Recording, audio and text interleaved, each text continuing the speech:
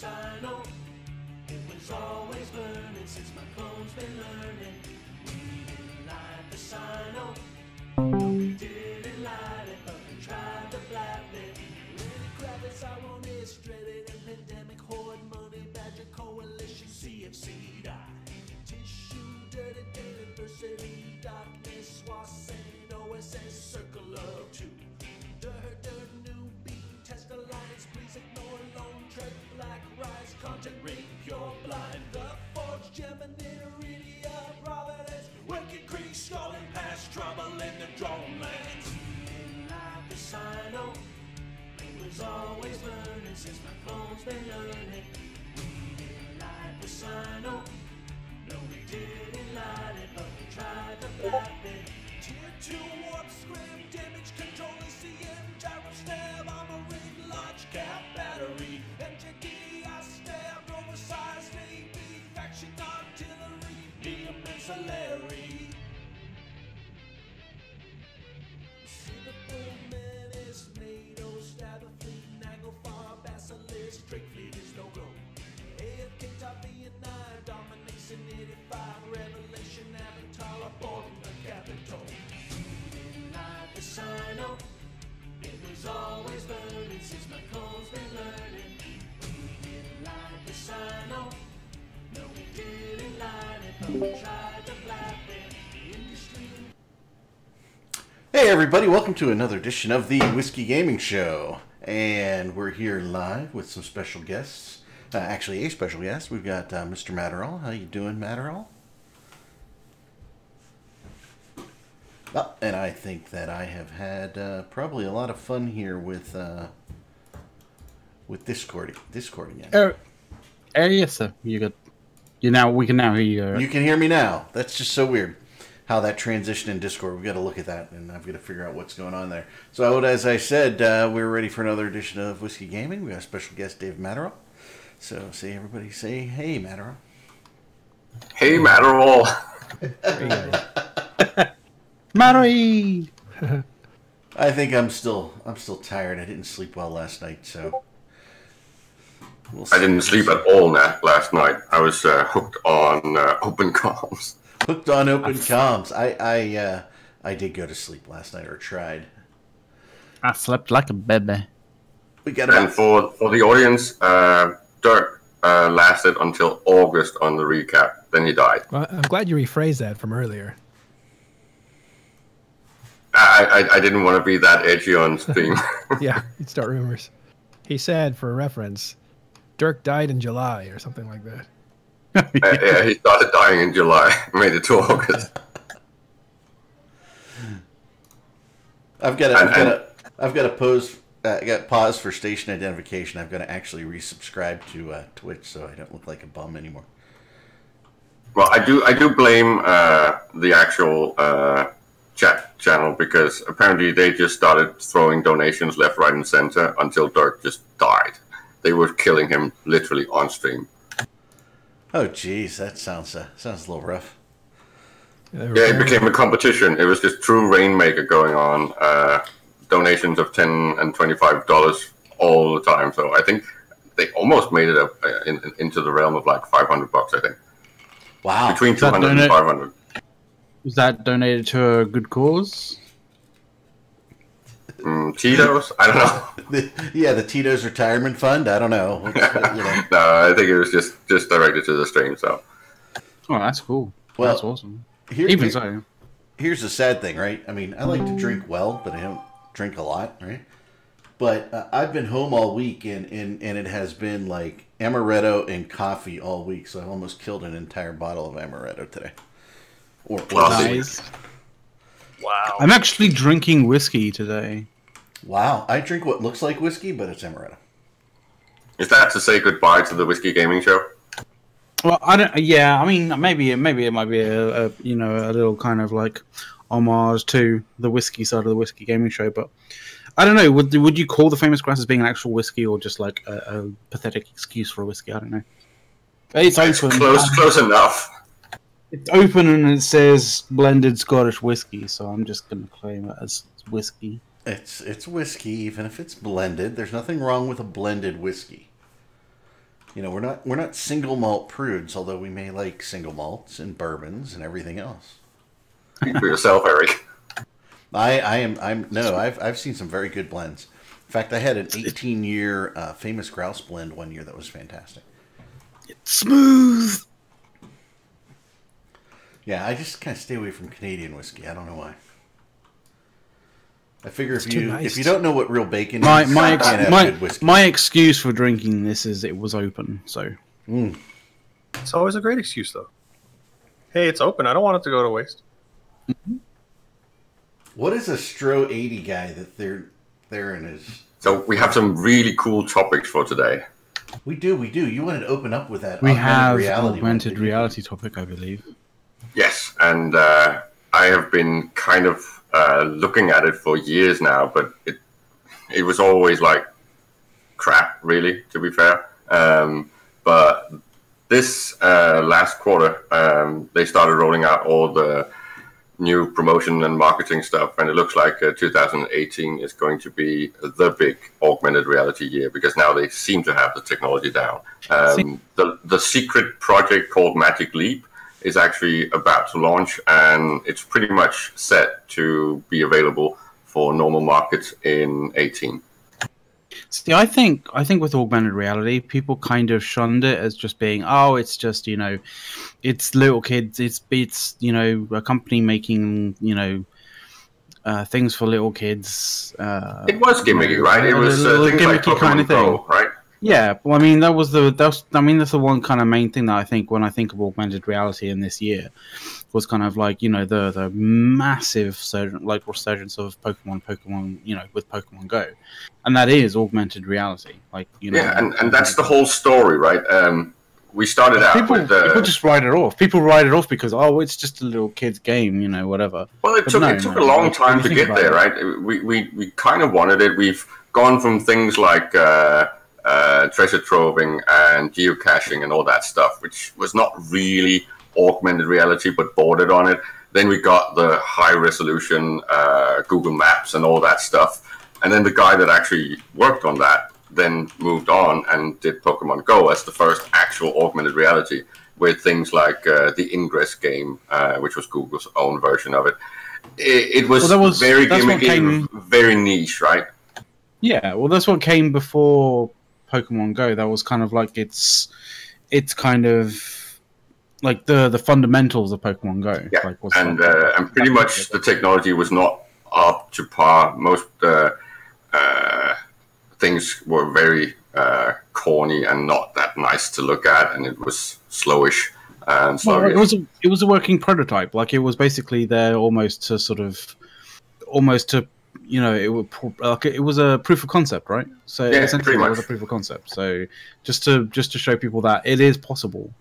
There are bugs and kinks and stuff like that, but it is possible. It works. We just need to kind of have funding and have some people, more work, a bigger workforce to be able to iron out the issues. Yeah, and pretty much 2017 has been where everyone in the development houses have pretty much been tinkering away and creating these new kits for programming all this stuff, and there's a lot of it already out. I think the Google Tango thing is coming out very soon, or should already be out, so you can actually have your first versions of proper devices for augmented reality. It's still just like a small window, but I think that's the real benefit about this whole thing, that instead of VR, and I did actually think that VR was going to kick off, but I think it's going to get killed by AR, because AR is so much more versatile, and because you kind of got all these different platforms to interface with it. It's almost like you're getting a reality layer, kind of like World of Darkness Umbra, so you can actually pierce the veil and see what's going on the other side in that alternate reality, right? So these things are going to kick off very fast because they're going to be in your mobile phone. They already kind of are. And the next generations of mobile phones are all going to be able to support it. And then you got things like the tablets, which are going to be an even better window into that alternate world. And then you're going to get things like the goggles. I know Microsoft is working on one. I can't remember the name. It looks a little bit clunky, but it does the job. But the real kicker is going to be the Magic Leap. That's got some amazing new technology. I'm going to put some links in chat so people can actually go and see the whole development. Yeah, it's pretty cool. I did want to say, Caleb, being so European, you are like quintessentially European right now with the turtleneck as well. It's homage to Steve Jobs. Oh yes, definitely. I just want to say, because we don't generally tend to have Matterall on. Like, I mean, I don't know how clued up you are to augmented reality Matterall. Like, I mean, have you seen much of it before? Yeah, I played Pokemon. You played well. You've done more than me in terms of augmented reality in that regard. Yeah, I did it with, here's the caveat. I did it with my son. I was walking around making sure he didn't get kidnapped while he was walking around. So I guess I played it. But it was fascinating. As the parent, you should. Yeah. Well, it was fascinating because it created moments in where I live in Los Angeles that I may never see again. Two moments come to mind. The first one was being on the pier, because there's a lot of water creatures there, I guess. So everybody went to the pier, and I'm talking from like, cities away. People would drive 20 miles.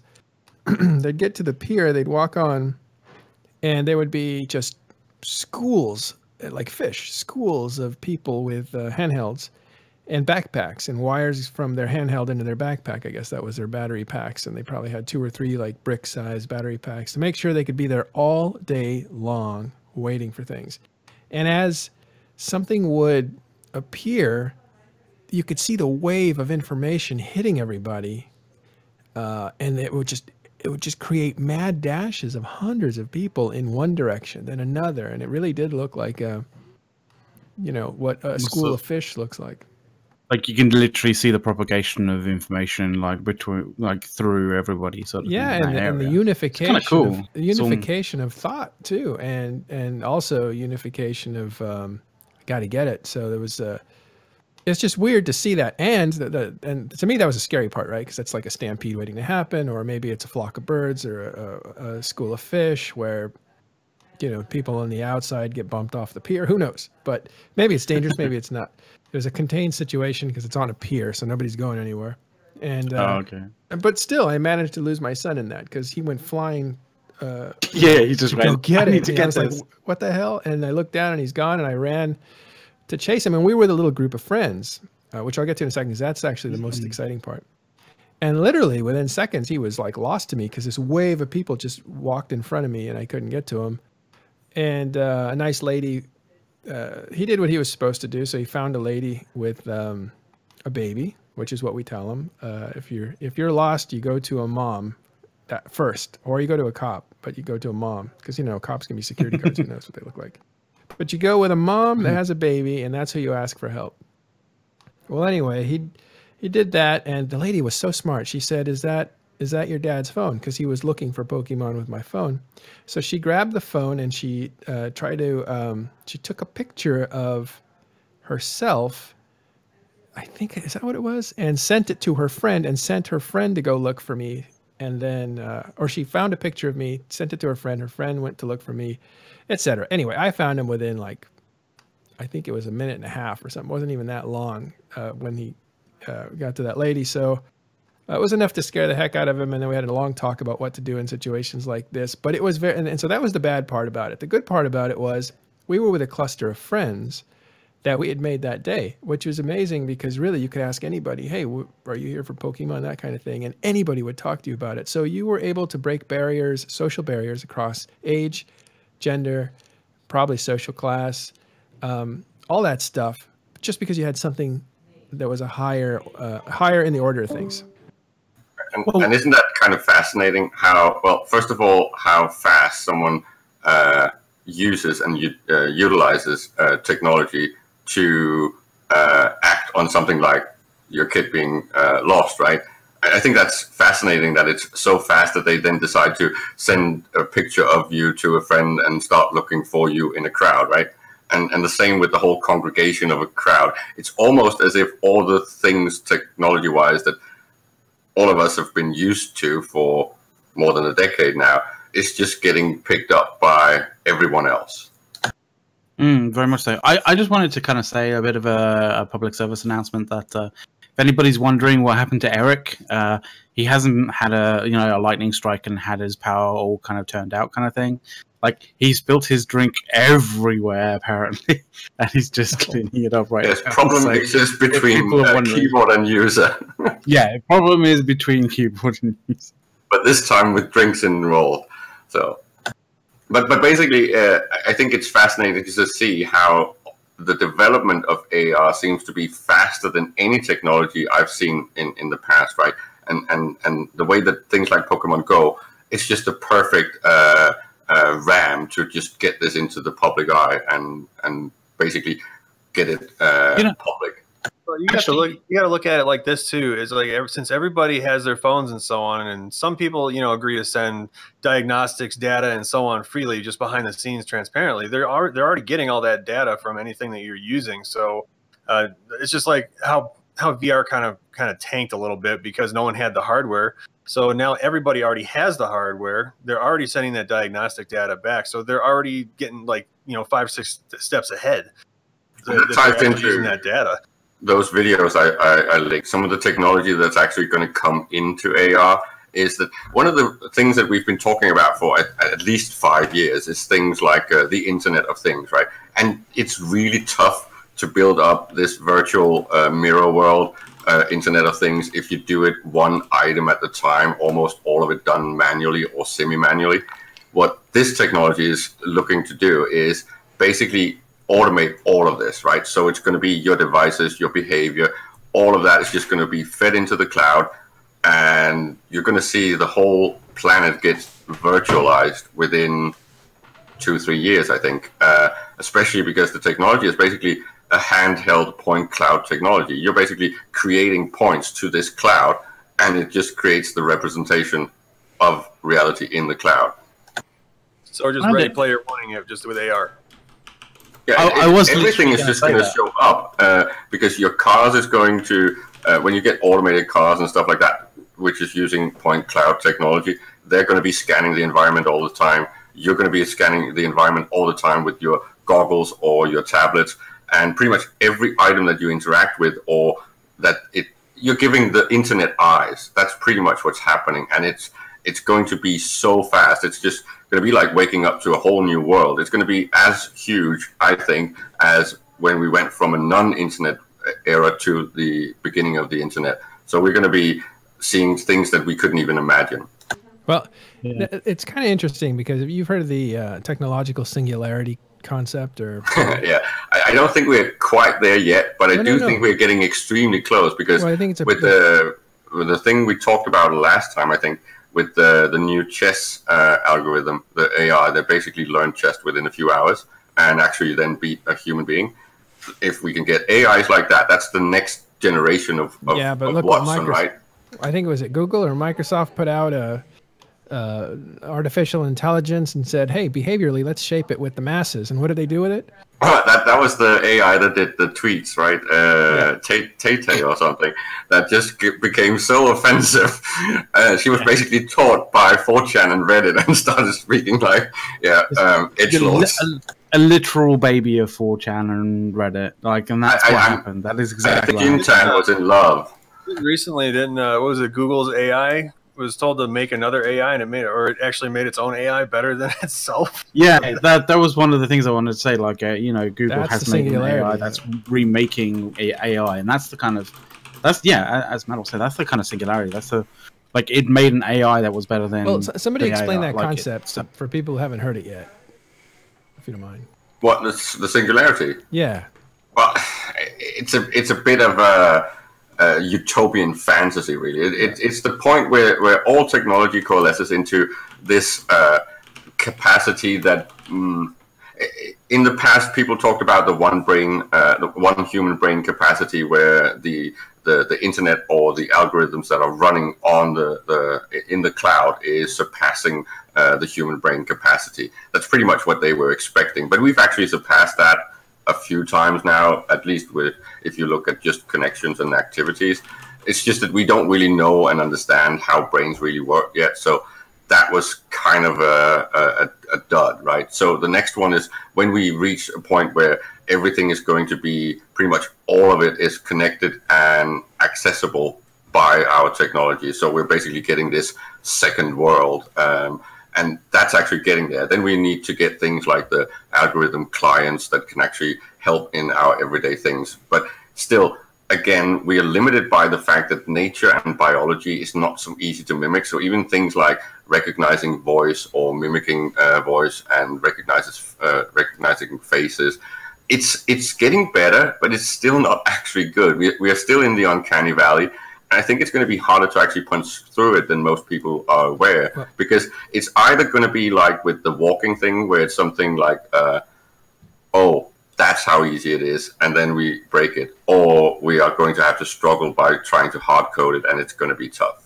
Well, I mean, you went super deep there, but the way I understand it is that we make computers, we make them smarter, we make them so smart they can make themselves smarter, and at that point you have an exponential increase in technology intelligence, because they learn to make themselves smarter, and then the smarter machines learn to make themselves even smarter. Yeah, and so you have an incredible explosion of AI. Yeah, but it's a bit of a misnomer to talk about it like that, because optimizing one algorithm with another algorithm has been known for ages. This is not novel, and scaling it up on modern programming level is not that novel. It's something very different that we need.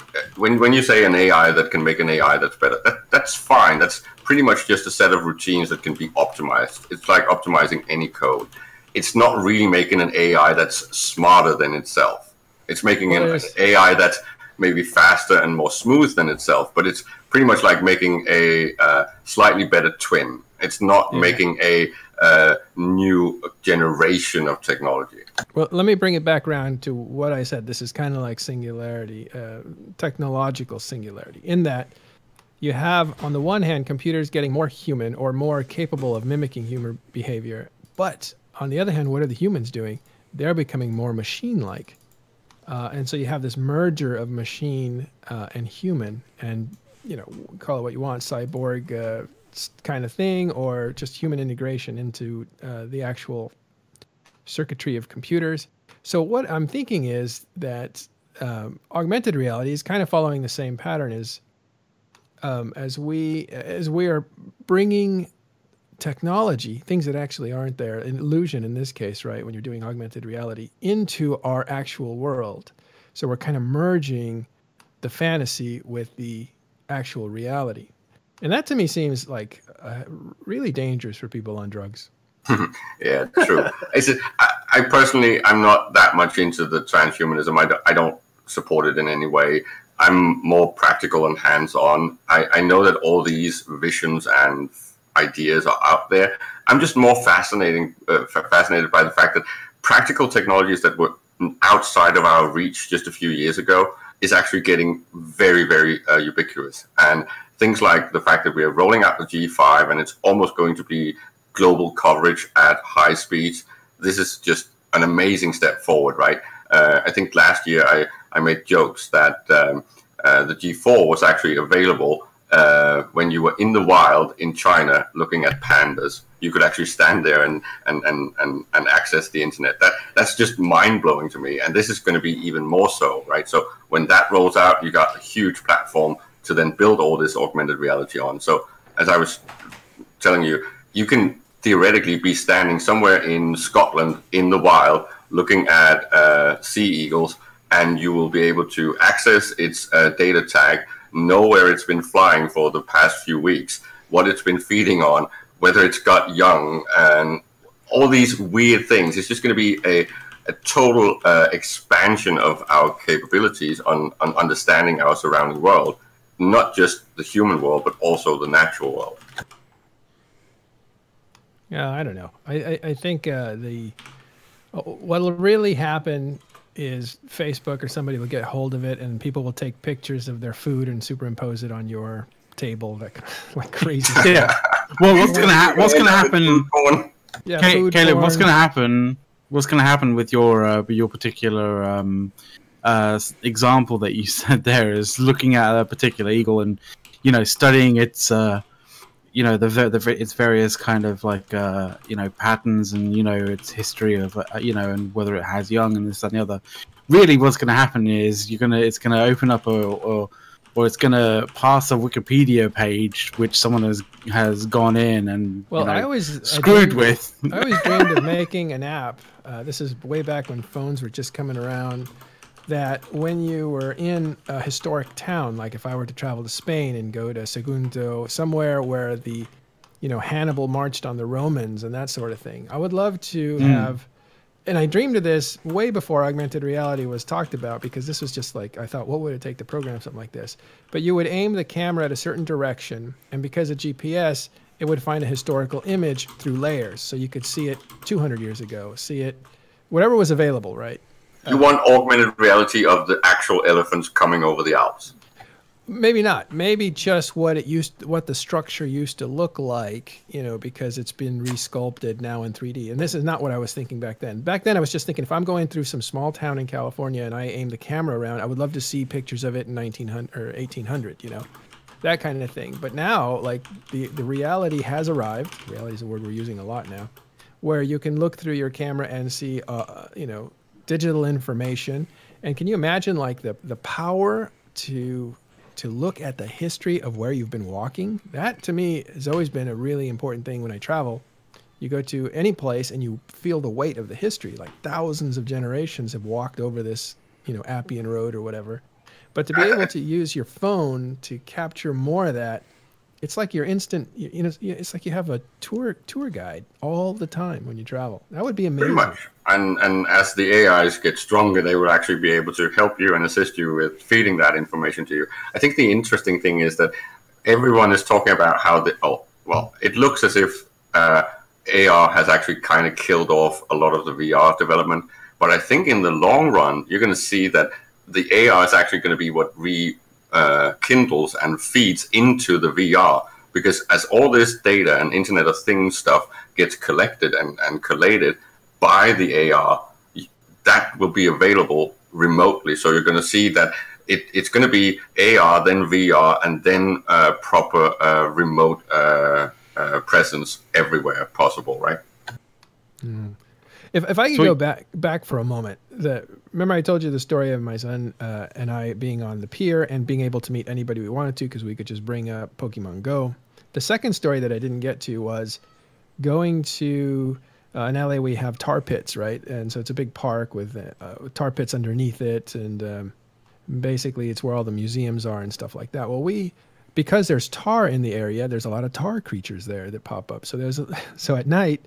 We went at night, like this is after work and after school, and the place was full of zombies. But they weren't zombies; they were people on their little, handhelds looking for these rare Pokemon. All through, that was basically all these people in a place at night where they really should never have been. It's usually like a quiet, maybe dangerous place, but because there was so many people, it was very safe. And that to me was a moment created by this thing that would never have happened on its own. Yeah, and in relation to that, if I've just gotten used to the fact that people are walking around talking to themselves. I think that's really weird. Still, I'm a little bit old, but now we're going to have people running around pointing at things and shooting at things and interacting with body language with things that are not there for anyone but them. It's going to be even more weird. You're not going to know whether, you're not going to know whether, like, someone is actually, completely, like mentally insane, or whether they are completely dehinged with reality. Yeah, schizophrenics finally find a place in the world. Yeah, but interestingly enough, it might actually help them, right? Because one of the things about approaching the treatment of schizophrenia is actually this thing of going into the fantasy with the actual patient, right? So this might actually help. They'd be like, you see it too? Yeah, I was going to say that. Yeah. That's going to get pretty nuts. Going into someone else's brain. Yep, that's where we're getting. I don't want to say anything, but I see. I graduated my 2-year subscriber gold little INN thing on. Ooh, you chat. Hey, you got gold. That's some sexy thing. It's funny when we were making those, we're like, nobody's going to reach 2 years. There you are. Well, I actually start out like the first 9 months on a different account, so I would have been there 9 months ago. But I had to restart. I just hit my 6 month last night. I restarted. 2 years. We had someone on last night that is very close to getting to 3 years, I think. 34, 35 months? I thought I heard a 38 in there. Yeah, I think we'll You have did? to create those graphics because I think you can differentiate now. see, I've always pushed for like a rainbow one for like the ultimate. But that's Rainbow just for the old. Representing the rainbow flag there, McLeod. It's kind of niche, I think. I it heard looks it's only fucking 10% of great. the population. It looks great though. is that it like the looks- fabulous Abaddon with all the laser Yep. colors? like you know, I'm not gonna lie. Like it does look good though. Like I'll tell I've you done what. mock-ups of it. As the creative director for INN, it's very difficult to design that small. It's very difficult, and Oh, it's even more tot- difficult to design that small on black and on white and have it read just as well. That's normally you want what Twitch offers, which is a one color background that can fit on both black and white, and then you put a hollowed out icon of some sort. But we wanted it to look something like INN or kind of put it in with the shapes and stuff like that. And it's been very difficult. I think that was a big challenge. It's similar to designing fonts. Things that we think is really easy, but small stuff like that, to get it to look right, is really hard work, and it takes specialists. Yeah. I would say with this, like 8K standardization across everybody's computer cannot come soon enough so I can play with 256 pixels each direction instead of the 16 that we have right now. Yeah, I think that's 16. Well, the thing is, design has kind of gone that way. Like if I was an entertainment designer for a long time, and you used to be able to, let's talk about album covers. You used to have this giant 12 by 12 cover, and you could do all kinds of fancy illustration in the 70s, right? Look at any Journey album or any of those, and there's a lot of like little detail in there. But now you couldn't possibly design that album cover. It needs to be something that reads the size of a thumbnail on iTunes or Spotify. Hey, So- you can technically with augmented reality, you can play around with that because you could It is have like a possible. little augmented reality, like a little, like how they it do a out. little like a thing, and then you kind of show it up, and then it creates the augmented reality thing on top of it. So are you saying Yeah. like album covers like we had with like Boston and Asia would be really challenging today? Did Well, we you- lose Metal? I think Willis Manor, he's Yeah, he looks all frozen. He went Mr. Robot. Did I go Oh, robot? No, you're Metal fine. did. Manor went a bit robot-y. We'll It's not see what quite here happens. yet.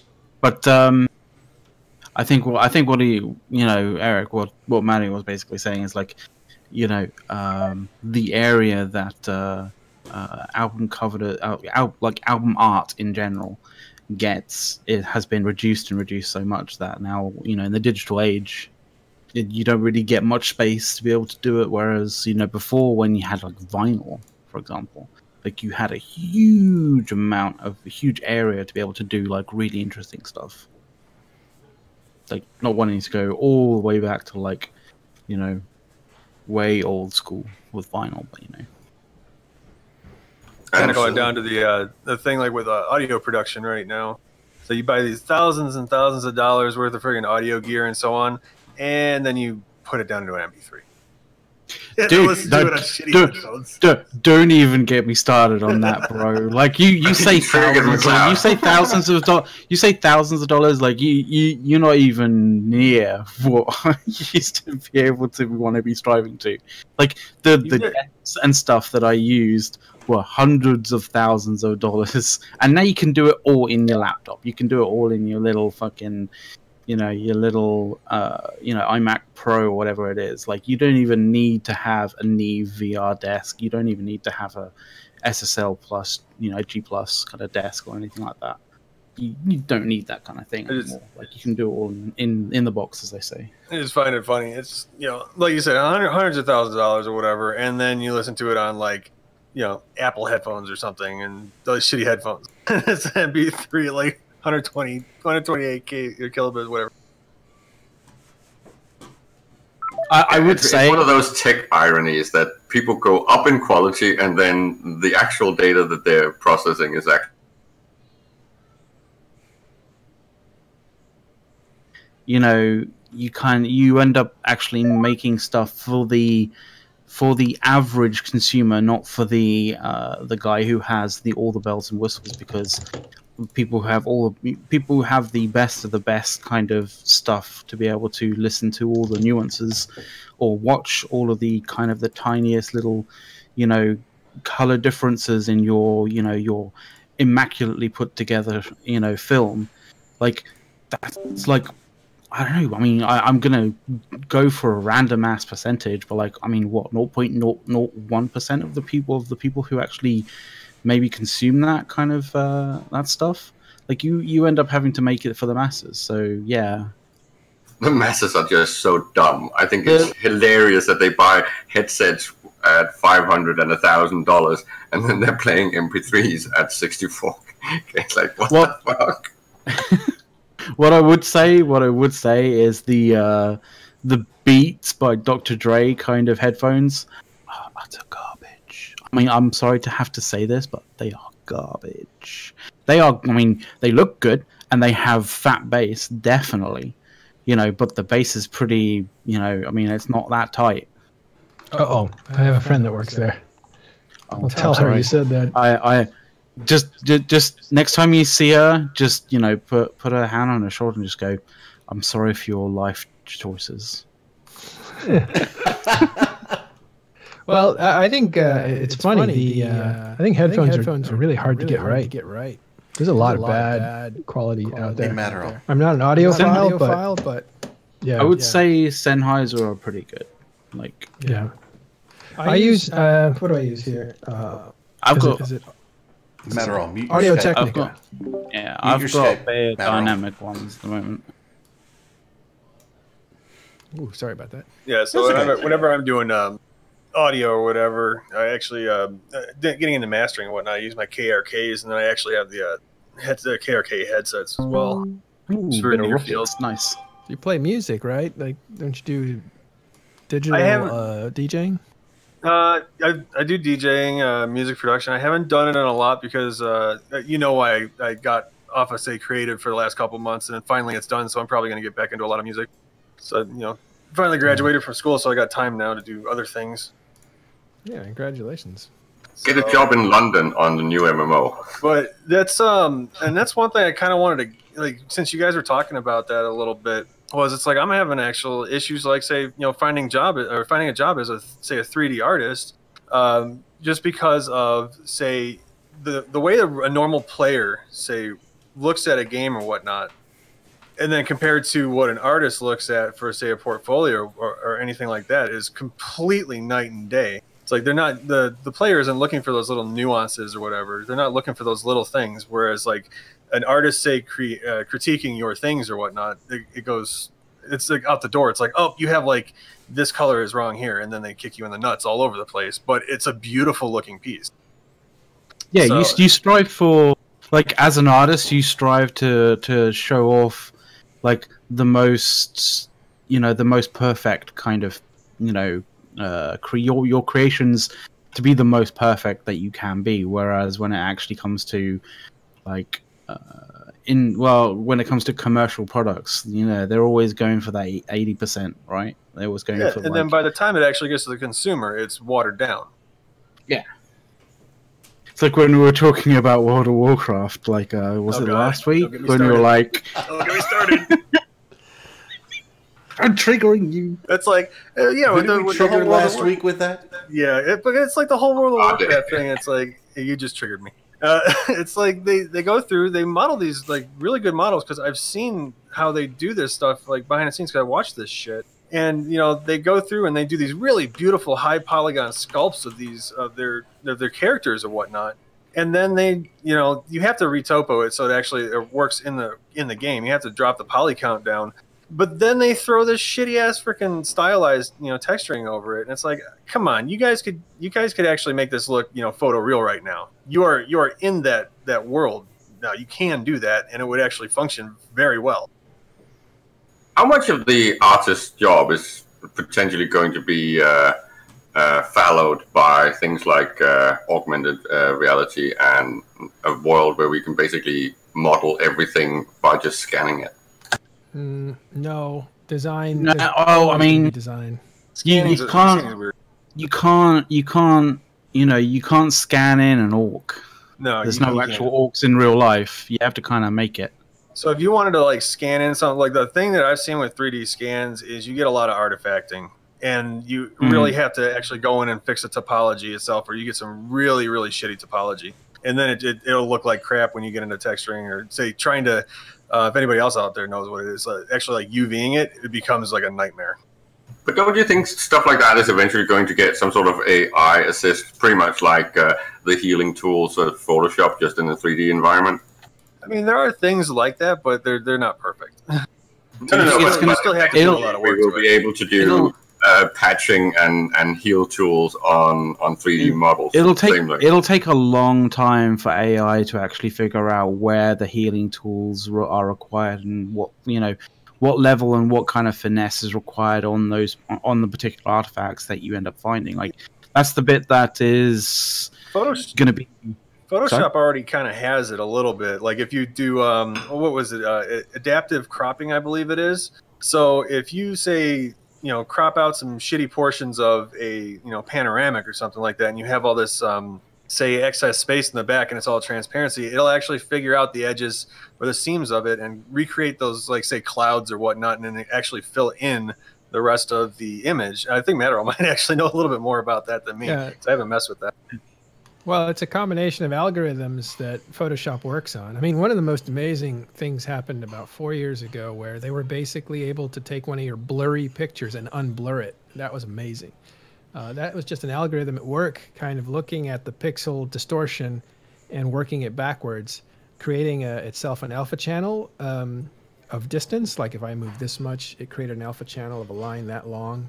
And then it was able to use that to put the composition back together. So it could go back in time, get a flat image, and unblur it if it was motion blurred because you moved it the last second. So that's just a sample of what algorithms can do.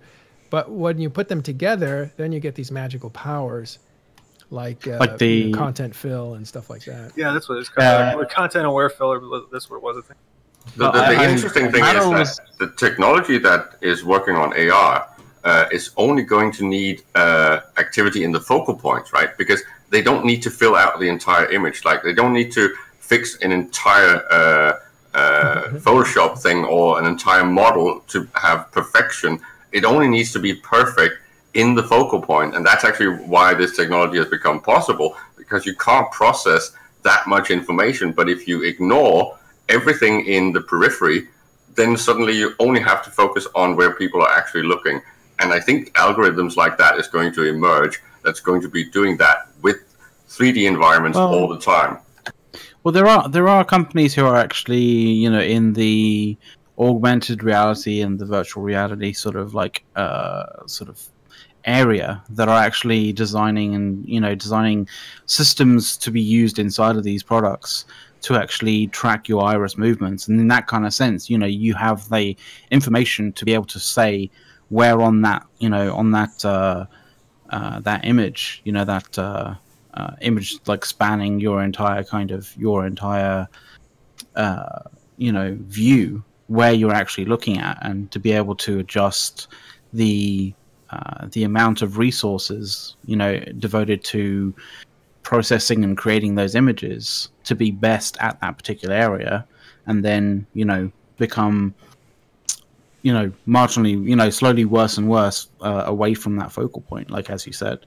So in that kind of sense, it also, that's an optimization of the resources being used to create augmented reality and virtual reality. So like in that sense, there's, that's a very what I would say is a very strong point of systems being designed to actually really help the implementation of augmented reality and virtual reality, because it removes some of the resource requirements.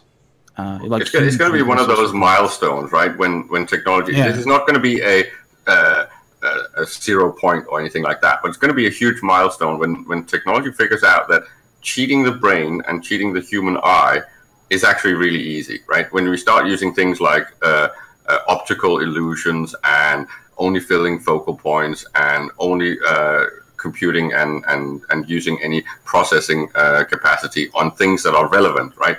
That's going to be a huge step, because then you're going to have so much surplus data power that you're going to feel as if it's an actual real thing, even though it's using hardly any bandwidth. It'll be the MP3 of the visual. Yeah, pretty much.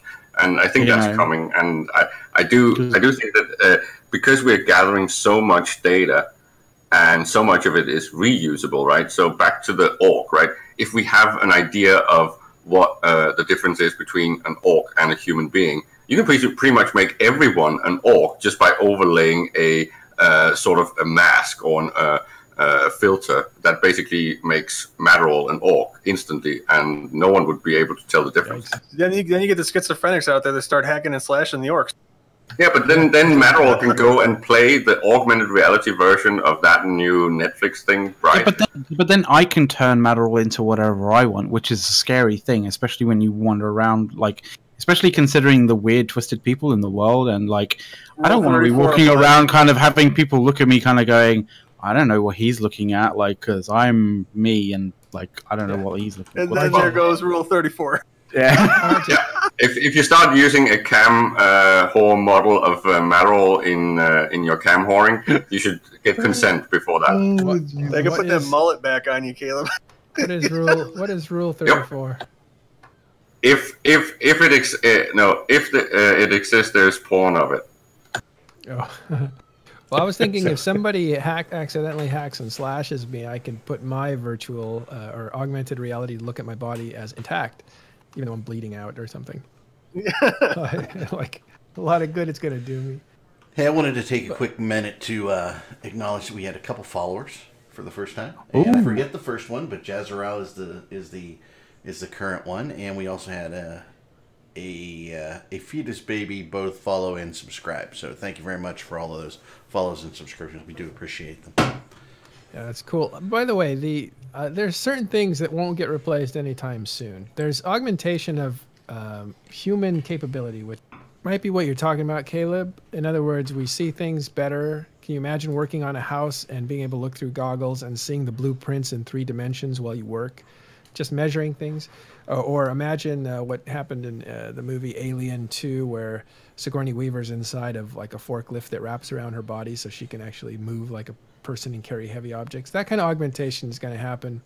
But there's things that can't be replaced easily, like humor and design and aesthetics and that kind of stuff. You can aesthetics, maybe you can, of course you can copy aesthetics, but I'm talking about like original art and stuff like that. That can't be replaced by computers anytime soon.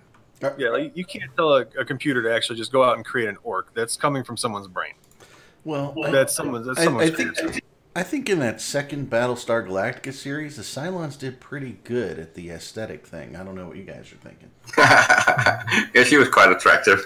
Both of them were, because Grace Park was in there too, Yeah, that segues into the CCP universe, right? Because we borrowed one of those. Does that mean that in sort of like player meets, like in the distant future, we'll be going in and instead of seeing Matterall's face, I'm going to see Matterall's in-game face? Yeah, that's kind of what we were talking about a little bit. That in AR, it would not be impossible to get the carbon engine version of Matterall's avatar to walk around overlaid on top of him. Actually, there's some of that in the new Blade Runner movie, if you guys remember. The fact that she overlays herself over No spoilers.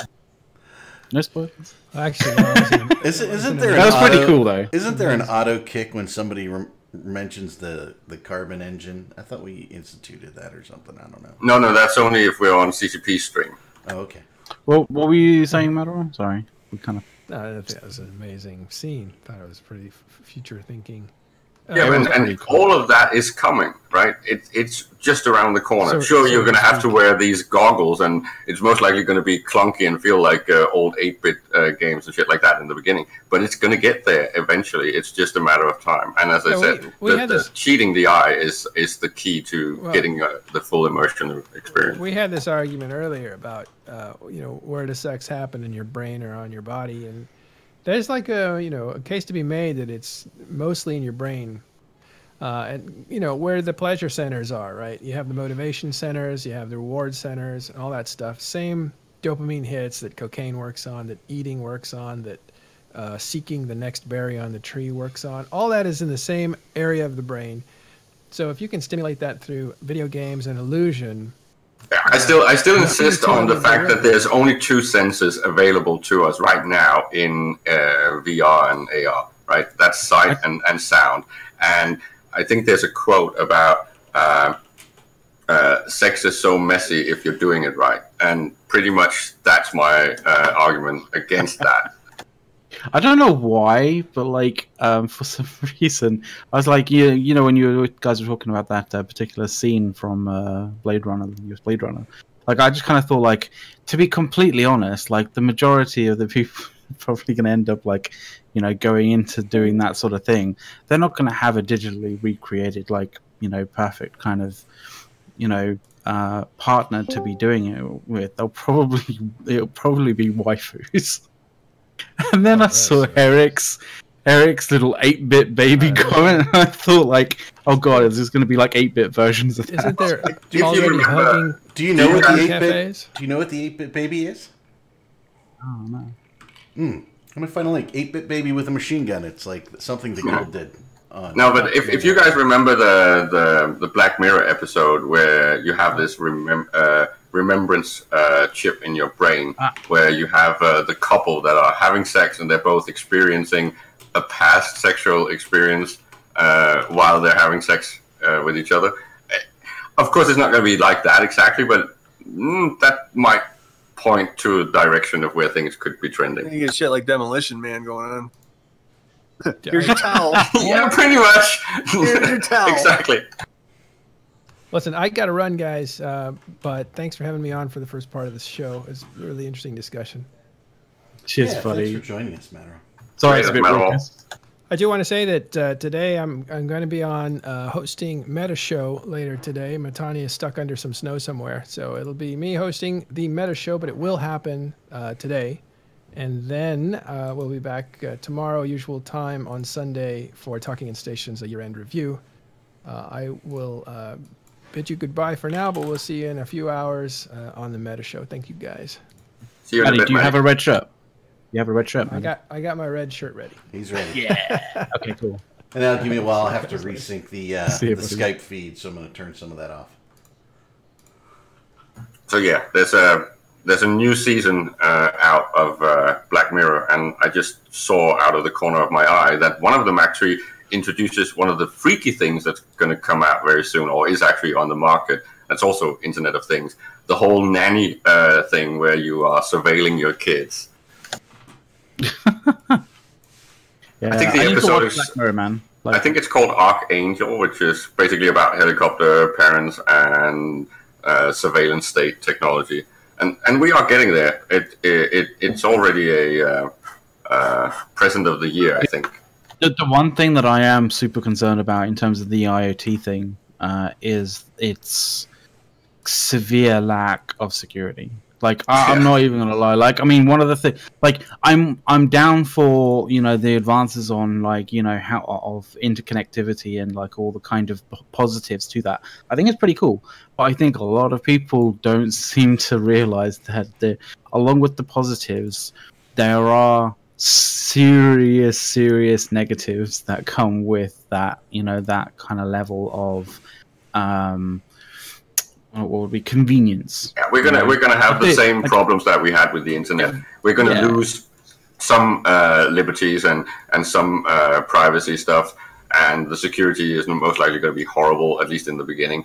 But I don't know if it's going to be such a huge change from what we're already doing because we're basically giving away all our information currently. It's not that. It's the ability for, you know, I mean, I wouldn't want to say like, you know, just hackers. Like, I mean, it's terrible to kind of just basically sort of like umbrella it under the you know, the thing of hackers. But like, you know, hackers come in so many different forms, from, you know, sort of, you know, just hobbyists to people, you know, anarchic kind of groups like LulzSec, to, you know, even like to basically like rogue states and, you know, state-sponsored kind of stuff, right?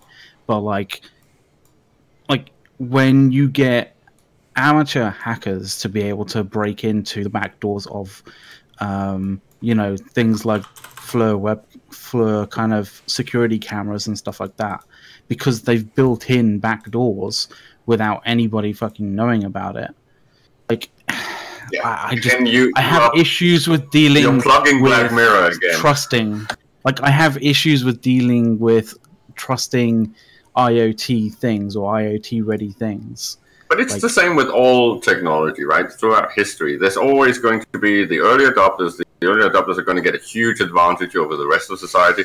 And just because you have like the basic entry level ability to a new technology, it's not going to make you one of these elites or super users. Let's just go back to something like the printing press and books and libraries and all that, right? You could read, but that didn't make you a Martin Luther that actually utilized the full capacity of the printing press to cause a revolution, right? So you're always going to get these things when you have new technologies. And this is a part of evolving. And I think that we're going to see things like AR and the Internet of Things are going to do the same level of change to our lives as the Internet did.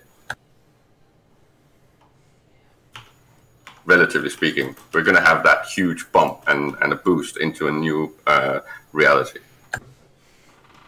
I think I might be a glass half empty kind of person rather than you being the glass half full kind of person on this one.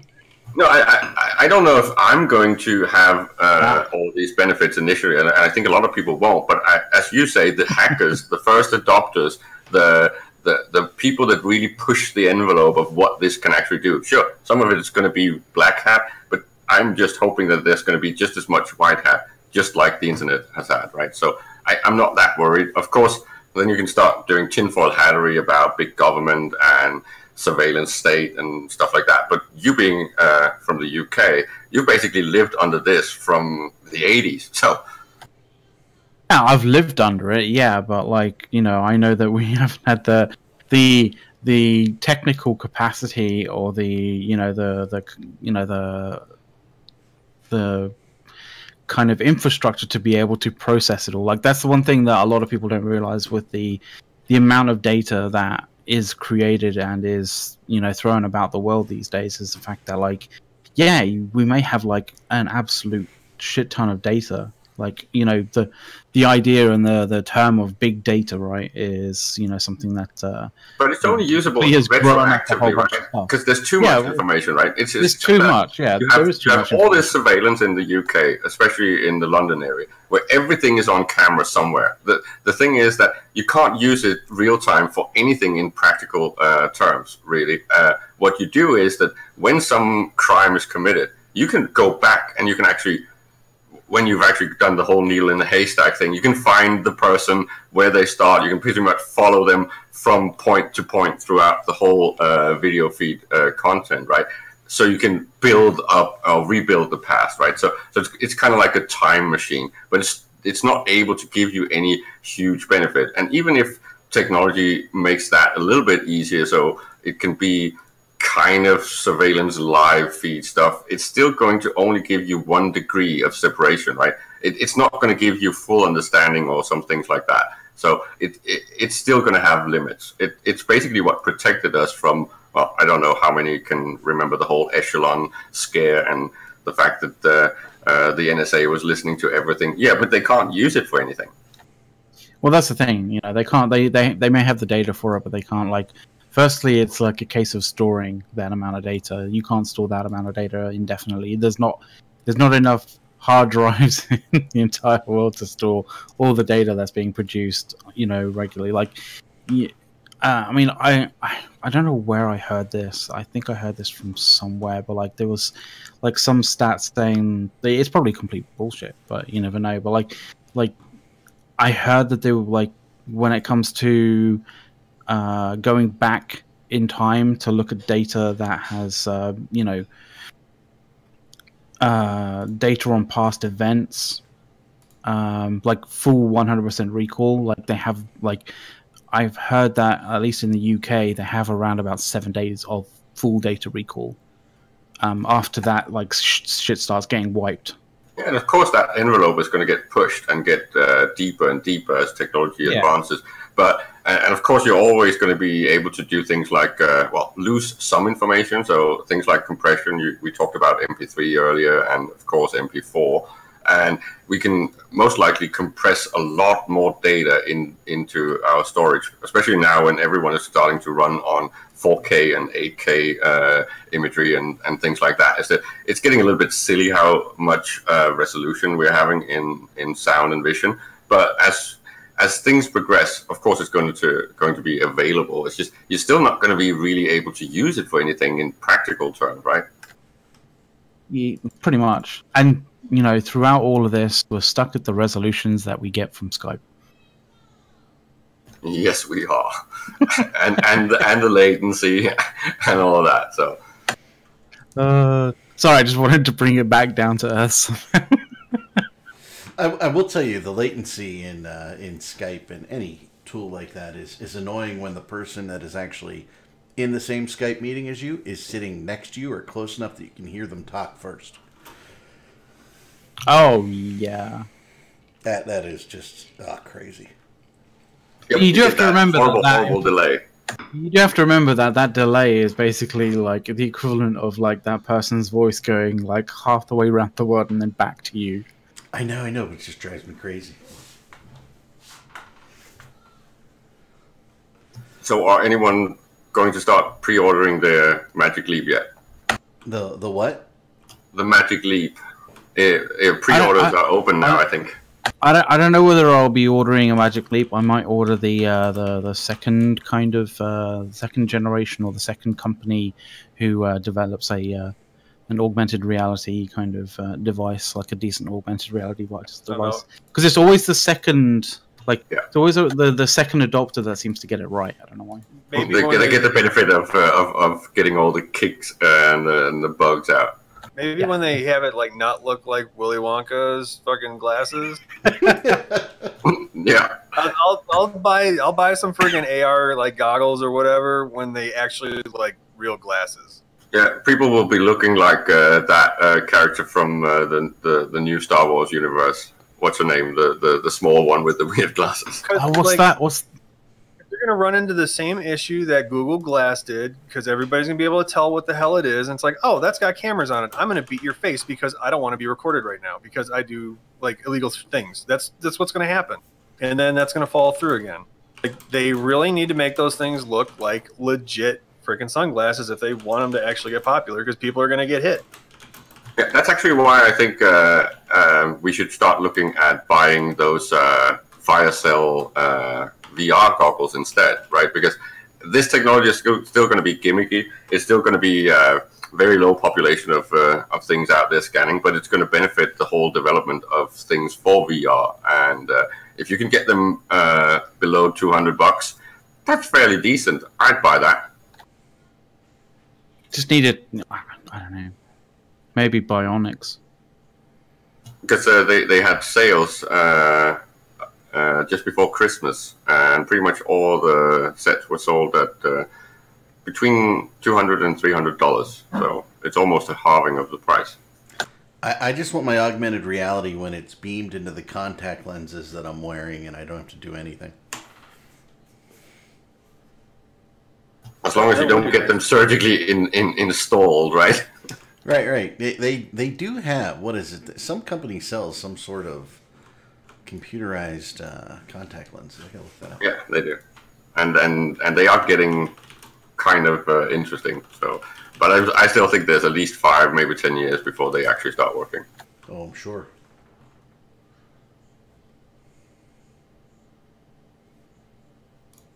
Swifty needs to realize. Like, I'm just reading the comments. Swifty needs to realize what Google Cardboard is. I was thinking, Google Glass. That was the only cool looking eye set that I've seen in a long time. Well, I mean, HoloLens, I believe, looked kind of. It was like really close to just normal pair of like sunglasses. It almost looked like Oakley. The friggin' Magic Leap. Sorry, it's like complete friggin' Johnny Depp, friggin' Willy Wonka shit. Yep, it is. But it's also because it houses a lot of high-end technology. If you look at the videos I linked earlier, there's like 3 episodes where he breaks down the entire technology that's actually needed for this to kick off. There's some impressive shit in there. I was mind blown. Because they are not just screens, they're also cameras. And that's kind of weird. And I'm pretty sure that it can actually kind of see both ways. So it can see your environment, and it can actually look directly at your eye, and it illuminates it with infrared, so it can actually see and follow your pupils. Well, the seeing and following your pupils thing, I think, is one of those aspects that will help with optimizing the look and the fidelity of VR and augmented reality stuff. Considering, you don't want to be, tying or plugging into or using the resources of a small supercomputer in your pocket kind of thing. So. And it's got a huge benefit on things like disabled people, right? Paraplegics and stuff. This is going to take the cost way down. So pretty much everyone that's got that issue will have high resolution technology available. I would say, in terms of augmented reality and the sort of in the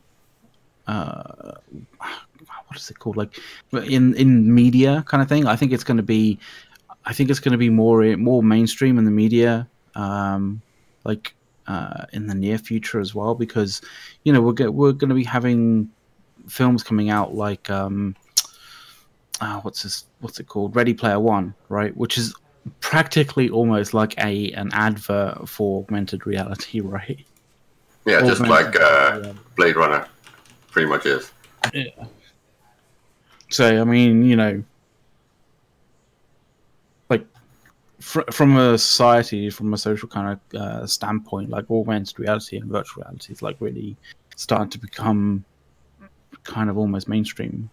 It's not like a niche geek kind of thing, which is cool. So is it time for our next topic? I think so. Since we spent an hour on augmented reality, right? There's so much to it, though. So you sent an article out earlier in the week, Caleb, related to addiction and in gaming, which we all know that it's got to be real, right? I mean, and some official recognition of it being a real thing, right? Yeah, this actually started for me.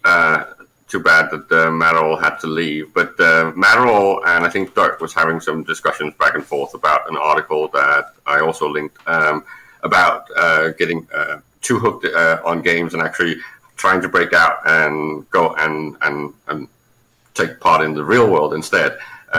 So it was pretty much the whole thing about how MMOs are basically pulling people into this secondary life. And then the World Health Organization came out with the fact that they have now acknowledged gaming addiction as an actual pathology, right?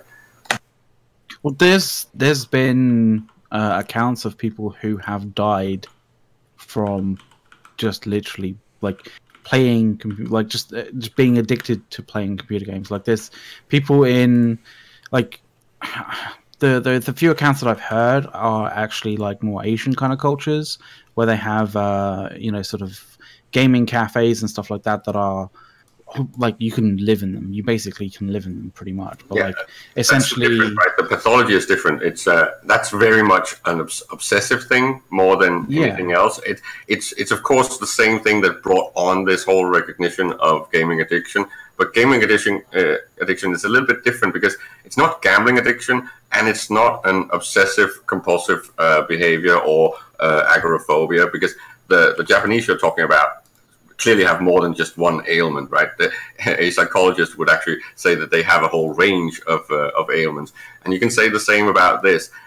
When it comes to gaming addiction, there's going to be a lot of it that's actually a suffering on top of something else. Just like if you take something like alcoholism, yes, sure, alcoholism can be an addiction all by itself, but usually most alcoholics are alcoholics because there's an underlying pathology that they're trying to self-medicate against. And I think gaming is very much similar. You're going to see a lot of you see a lot of people that are depressed that then use this as an escapism, and then it's actually not the game that's the pathology; it's what is lying underneath. it's like when people. It's like when they started.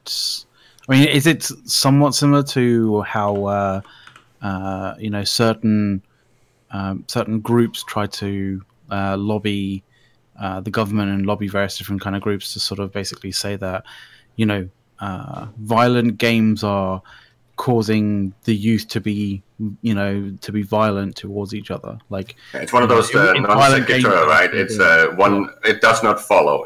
One is not causing the other. Causation and correlation.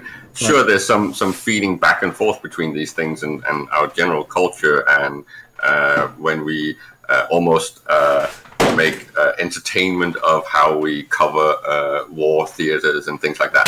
It's a lot deeper than just gaming. And Swipster said something about gaming addiction. The thing is that proper gambling addiction is very different than gaming addiction. Gambling addiction is very much based on direct response, opiate things, and the whole risk reward.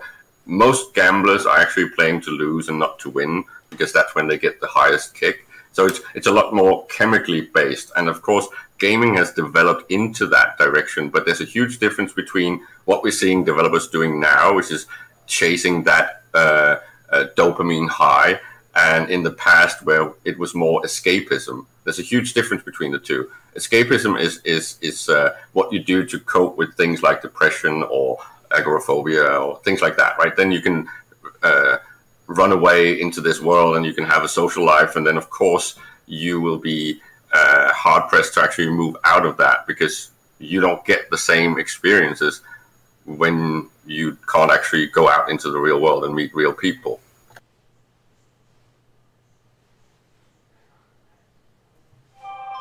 So what I'm saying is that they're very different, and I think this is where we should basically move this into the topic of developers actually trying to make bank on moving into things like loot boxes and these and features and well, it's not microtransactions, it's actually macro transactions. The Reddit thread with the guy that spent $16,000 on Final Fantasy, which is just horrible that game designers are even allowing this to happen. So they are very much responsible for basically stealing people's money and destroying their lives. Well, you see, the thing is, like, I've heard of a lot of like situations where like certain games have been designed with like the same kind of algorithms, basically sort of using the same algorithms that casinos and slot machines have basically created in order to sort of get that kind of the maximum amount of money out of people, the maximum amount of value out of a person, you know, trying to use the whatever product they're making before they give a payout. Like this stuff has been worked out. Like this stuff has been worked out extremely carefully and extremely thoroughly, purely because there is so much money involved in it. That, but it's also the problem, right? If you go back to before it got it is a problem. I'm not going to lie. Gambling got banned in EVE. One of the things that were discussed is, well, in Las Vegas, there's rules about how much percentage is actually paid out from all these machines. Yeah, So yeah. this is You know, if you're there's oversight. There's no Yeah. there was no oversight for There's what regulator. Iron Bank or any of these No. groups were doing. We didn't know what the rate was. We didn't know what the payout was. We had no idea what was under the hood. That was one of the main reasons it was. and that's one of the right? But and that's one of the same funny thing things. but the same thing is true for all of gaming industry. We do not know. We do not have access to the RNG generators that the gaming developers are using. We don't know about the rate. We don't know about the payout. We don't know about the chances. Because if we did, we could actually game it. That's pretty much what EVE players do. We usually game everything and reverse engineer it. But it's going to be harder and harder to do. And that's why we need to get this whole development stopped. Because I do not personally want gaming industry to move into some sort of gambling casino world. Well, it already has, man. Like, I mean, the kind of the moment that it really happened was when mobile gaming really kind of blew up. Like, that's where people realized, oh, I could make a small kind of game that has a lot of, you know, a lot of the tricks and a lot of the, you know, a lot of the processes and all the various different kind of like RNG elements that gambling and slot machines and all that kind of stuff have, without and bury it under layers and layers of like, you know, just general fluff in order to make it look like a game, but like it encouraged the microtransaction kind of bullshittery that you always that you kind of have now with mobile gaming, and that's propagated out from mobile gaming into regular gaming now, and like I'm totally with you, Caleb, on the whole kind of thing of you know, that kind of shit really needs to have a regulating body kind of looking at stuff and going, okay, well, this classifies you as using gambling algorithms in your game, so you have to be regulated. You have to kind of, you know, if you And want the this product choices, to kind of if- be go to market, you have to kind of abide by the rules and regulations of your, you know, or remove it from your game. Simple. But the point is that if I had a choice between being basically brain raped, because that's what the developers are slowly moving into, right? If I had the choice between being brain raped by something like the Skinner box effect or the Coolidge effect, I think I would prefer the Coolidge effect. I would much rather have scantily clad women and latex stuff in my games than casinos and slot machines. Well, that's because you're a man, Caleb. No. I'm pretty sure that goes for both genders. I'm sure that I think we have male exotic dancers in Eve too. This is true. This is very true. We're very egalitarian. I was going for So- the cheeky dib. So I what was you're just saying going is you're okay with the loose prostitution, but not the gambling, right? Is that where you're going there, Caleb? Pretty much, yes. Okay, just making sure we're on the same plane here. Because we know Hey, that pretty much everything is driven by sex in the world. Hey, it's the oldest profession in the world, man. Well, you do know that bonobos actually have almost free and communist version of that, right? A free and communist version of what? Sex trade, prostitution. So it's like free? It's borderline free. It's call it price fixing. So you've got people in line for 3 blocks for a loaf of bread, right? So Yep. okay. This has gone a dark place. I'm not sure. No, but it's kind of interesting, right? Because it's when I it's don't new have technology, experience in this area. it's always the same things we discuss when we're looking at changes to society and technology. It's always surveillance and spy works. It's money and power, and it's sex, right? It's always the same topics that come up, That's true. and it only kicks off when sex gets on the table. That's true in all technology. Pornography drives all technology. Well, I mean, it was discussed a little bit earlier in the comments, but like, It yeah, will- I mean, you know, the drive from tapes to DVDs and from DVDs to Blu-rays were pretty much like whatever the adult trade kind of decided to go with was the go-to kind of medium to sort of use, and you know they are doing VR now.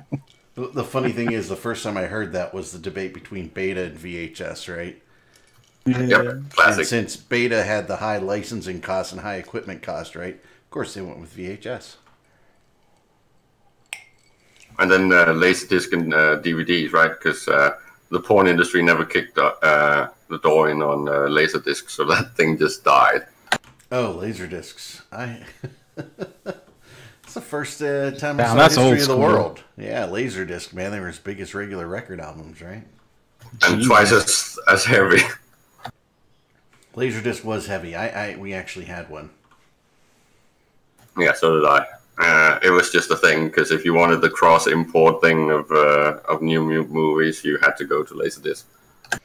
You know, what's really scary is we still have, from when we were first married, a piece of furniture in our living room that is filled with VHS tapes, and we don't have a VHS that works here.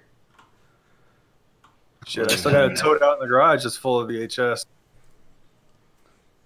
So when did any of you last put on a CD, actually? I was playing a CD in the car. I don't have a CD player in the car. I'd say about 2 months ago, because my car doesn't have an aux port. I have a huge collection of CDs, and I don't think I've had them in a machine for more than, 5 years or so. Oh, I haven't. I've got a big selection of CDs as well, but they never come out. Like the ones that are in my car have stayed in my car for such a long time. And they've never cross-pollinated between my house and my car for a long time. I'm just waiting for the next technology to come out so I can buy the White Album again. So how many versions of it do you have? I probably have multiple versions of it, right? I have it on vinyl. That is a given. We were talking about vinyl yesterday in the Talking Station chat. And it was kind of funny because now it's such a connoisseur thing, and the way that people treat it is pretty much the way that only DJs used to treat it in the past, right? We were just throwing those things around like it was like nothing and garbage, and they had a rather short lifespan, right? Because we were scratching them left, right, and center. I haven't. You get a good kind of, from source material, or from source recording to the speakers. If you get a full kind of analog kind of go like all the way through, like so from vinyl, from the vinyl kind of from the turntable into the amp, and from the amp to the speakers, if all of that is like analog, and you have like a decent quality, none of this like shitty sort of really shitty quality stuff, like if all of that kind of pathway is like analog to the speakers, like I'm not gonna lie, that stuff sounds fucking great, even like compared to the most digitally sort of bit perfect stuff. It's just like I mean I did study like sound design, sound, all the different kind of audio production kind of stuff.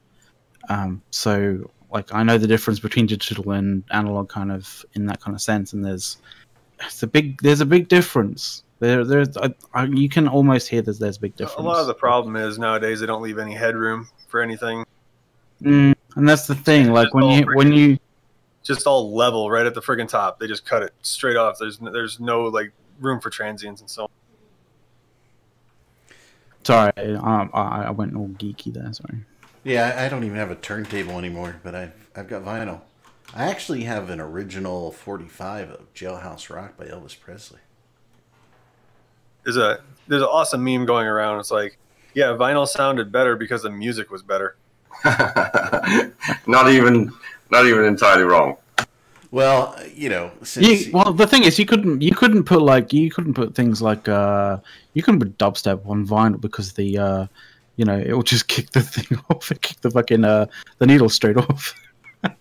So I mean, we have Android Auto in the car, right? So I can just say, "Hey Google, play whatever," right? So I'm there with my my teenage boys, and I'm sitting there going, playing stuff from the '70s, Little Smoke on the Water, Ballroom Blitz, all that cool shit, and they're like, "Wow, this music's really good." Oh, I was watching the most amazing and hilarious video. An African American young guy that was listening to Rage Against the Machine for the first time ever. That was hilarious. Oh, those His mind was things. blown. Was it like was it a YouTube thing where they like? Yeah, reviewed it was they just ranked so it? funny. It's two guys, right? React Two guys. to. No, it was one guy in his car, two guys. and he just his mind is blown. Like, oh my god, what is this music?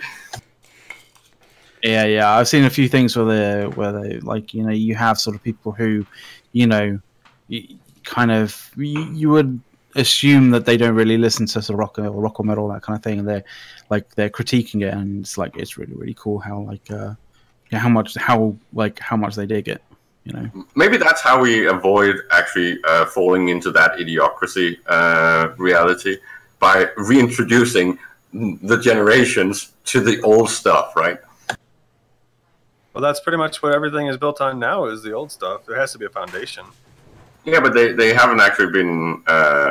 They've not experienced it. It's why you see all these remakes in games as well, right? Because the old games had something very different, because they had to get the same effect with a lot less tools, right? So that's why you're seeing things like Final Fantasy VII get a remake, and a lot of the adventure games are getting remakes. And I think it should really wake up the game developers to say, how do we go back to that magic, instead of this turning the fucking dope knob instead and going casinos and bullshit like that. Start making decent fucking games. Content. Well, not content, but you know. Let's not use the word content, because it's an EVE audience and they think that we are shooting shit. Yeah. Sorry, I was just trying to trigger something. That's like I said last week. It's all about you can throw as many 3D artists or devs or social media freaking community people at it, but if you don't have good story and good writing on it, then it's fucked. It's gonna die. Do you guys really care about the storyline? Like, do you listen to the storyline transitions in a game? Yeah. Oh yeah, if you take something like MMOs, right? The only game that I've actually had pleasure playing recently is The Secret World, because it is one of the few games that's actually proper story driven. Pretty much all the other new MMOs are sandboxy and emergent gameplay. And sure, I love that because I play EVE, except those games can't even reach the same level of as EVE. You know, I'm gonna basically say a game franchise which I'm sure will get a few people triggered, but like Call of Duty, for example. Like I've owned a fair amount of Call of Duty games, and the majority of those games I've played and I've enjoyed because of their single player campaign, because they were so well written and they were so, you know, edge of your seat kind of stuff. The multiplayer has been fucking terrible, you know, absolutely terrible, and it continues to get worse and worse and worse. But like for the majority of the games, apart from, you know, I say probably the past 3 titles, including, you know, including the latest one, World War II, like the writing and story kind of driven aspect of it has been pretty garbage. But like, you know, you go back to say Call of Duty Modern Warfare and Modern Warfare 2, like the single player story driven aspects of that were so good. And you know, you go back to other games, you know, like the Half-Life 2, that kind of thing, like single player kind of story driven kind of bits on that were amazing, like really, really good. But I think the problem is that a lot of current developers and filmmakers, sometimes they go overboard and they try too hard, right? They try to cram way too much information, way too much story, way too many arcs and all that into one product. And I think we have gotten a lot of proof recently that that's really a failed route, right? If you take something like things like Broadchurch, or things like even the Daredevil series and stuff like that, right? Taking your time and not overwhelming the audience with information and action and progression is actually the way to go. And it's pretty much the same in games. You don't need to necessarily populate an entire universe like in Fallout. Take it a little bit a notch down, so you take the good part of creating narratives and content and cosmology, and then you let the the user experience it a little bit slower, so they get a lot more pleasure from it.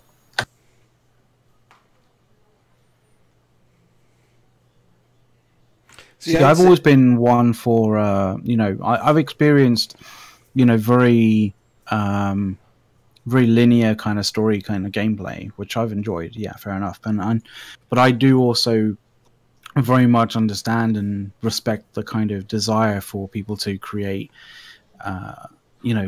story-driven or, almost spontaneously creative, like story-driven kind of stuff, like designed by the players, like EVE Online, like for example, right? But it's very difficult to create those systems and those processes to make it to make them organically kind of grow, but spur them, but not without actually making them feel artificial. I think this ties into something that I hope we can get on one of the first shows in the new year, talking about things like pen and paper. One of the things I always did when I did mastering in pen and paper games is using what I call easy mode mastering. I basically just let the scenario be the basic and then just wait for the players to interact with it, right? And it's similar that I think would be beneficial in games where you let the gameplay develop from emergent activity, right? Where there is things and cues in the world that the players can discover, and then you assist this with AI and procedural generated content, so it only gets generated when you actually poke it. Yeah, AI would help like considerably with this sort of like finding the sort of the grassroots bit of emergent kind of story, like the grassroots story kind of aspects of an emergent gameplay, and like building it up. Like fundamentally, EVE is made out of asteroids. Yeah. This is what Innominate was pointing out in the meta show, that there is no EVE without the primary producers in EVE, right? So without the industrialists, without the miners, there is no EVE. So basically everything grows from that. Who is mining where, who's mining for whom, and so on and so forth, right? Everything in EVE is made out of asteroids. Tritanium is the energy source of EVE. And whether you're talking about big scale drama like Judgment Day with the Judge, all of this comes from an asteroid. Yeah, when you break it down to down to the fundamentals, yeah, that is the case. So that's basically what no one else has managed to do, and that's still the unique selling point of EVE. They've created a proper sandbox. Sure, there's balance issues and there's faucets and sinks that, yeah, it's long story, but fundamentally it works. Asteroids become judge treason. Do we want to get RJ to sort of, speak his mind a little bit before he has to go? I'm not sure whether he's already gone. I'm here. I kind of really have to go. I'm getting freaking hit. Alrighty, man. Thanks for joining on the show. It's been great having you again. So, do you want to shout out to anybody? Okay. I don't really have anybody to shout out to. I'll just say have a safe start to 2018 when it happens. So I mean, party hardy, but don't party too hard. There, I'll slash the New Year's Latest logo idea. again.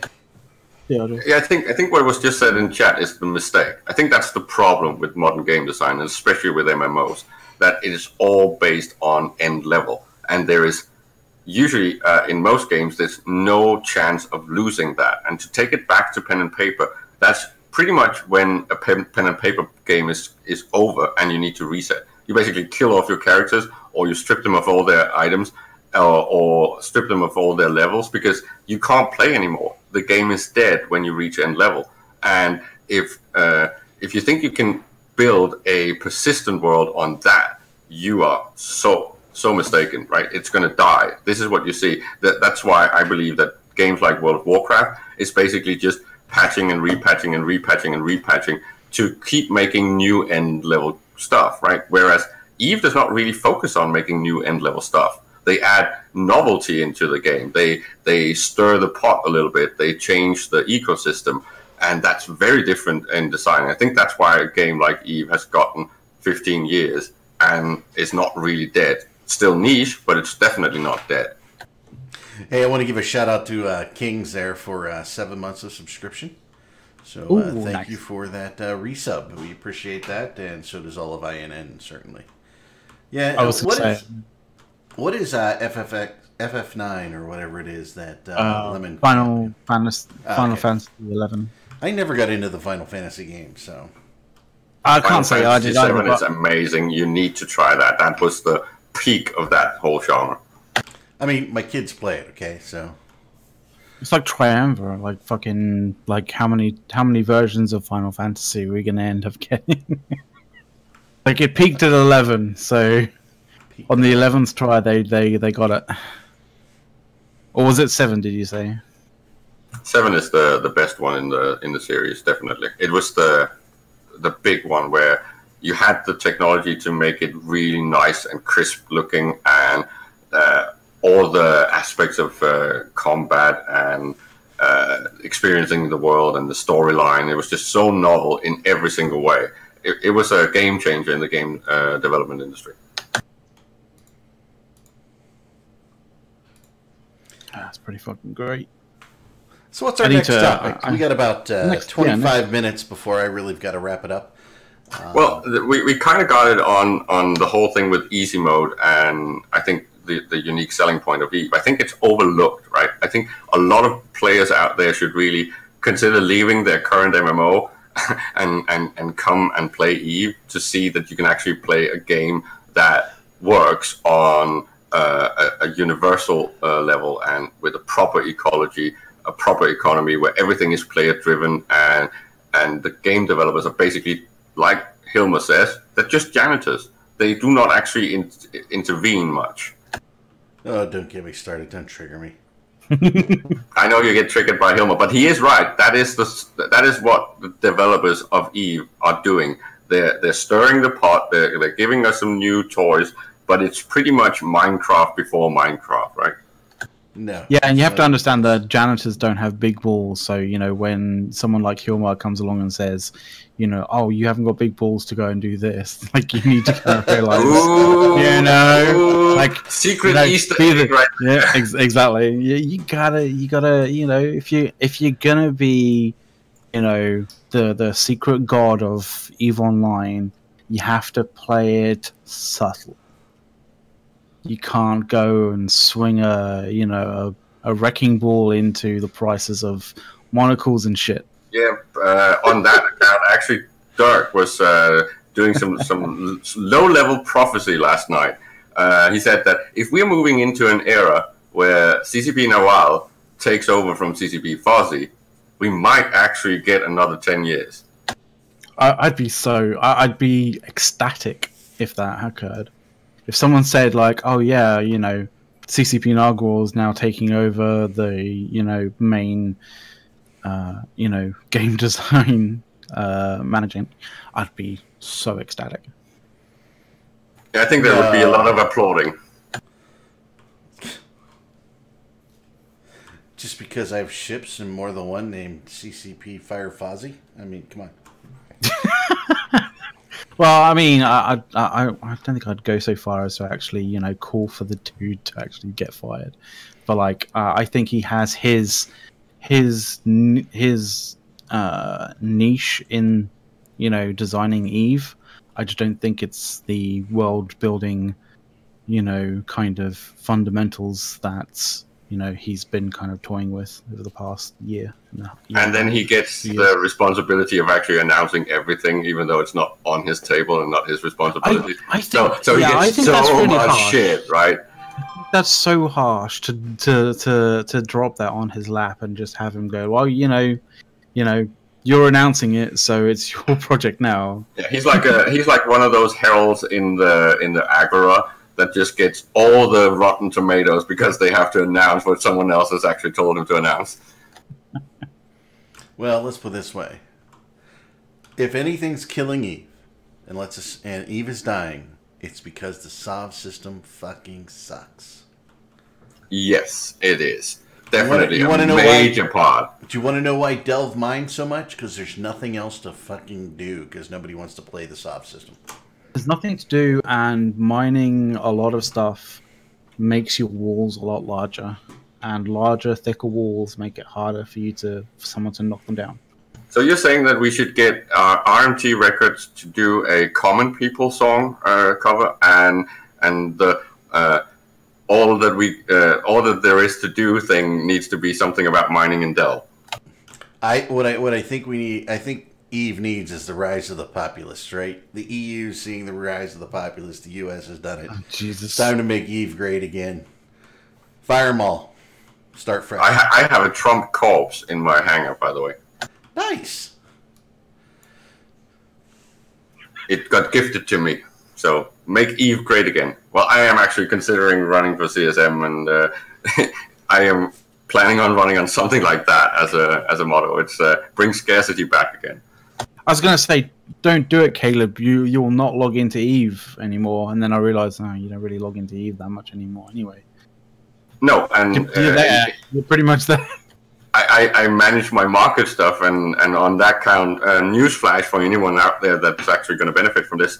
I think Aerith is playing with his money again. It looks like there's a second spike coming to Mungu. This might also be Caleb murdering all of you listening to right now, because he is that deep.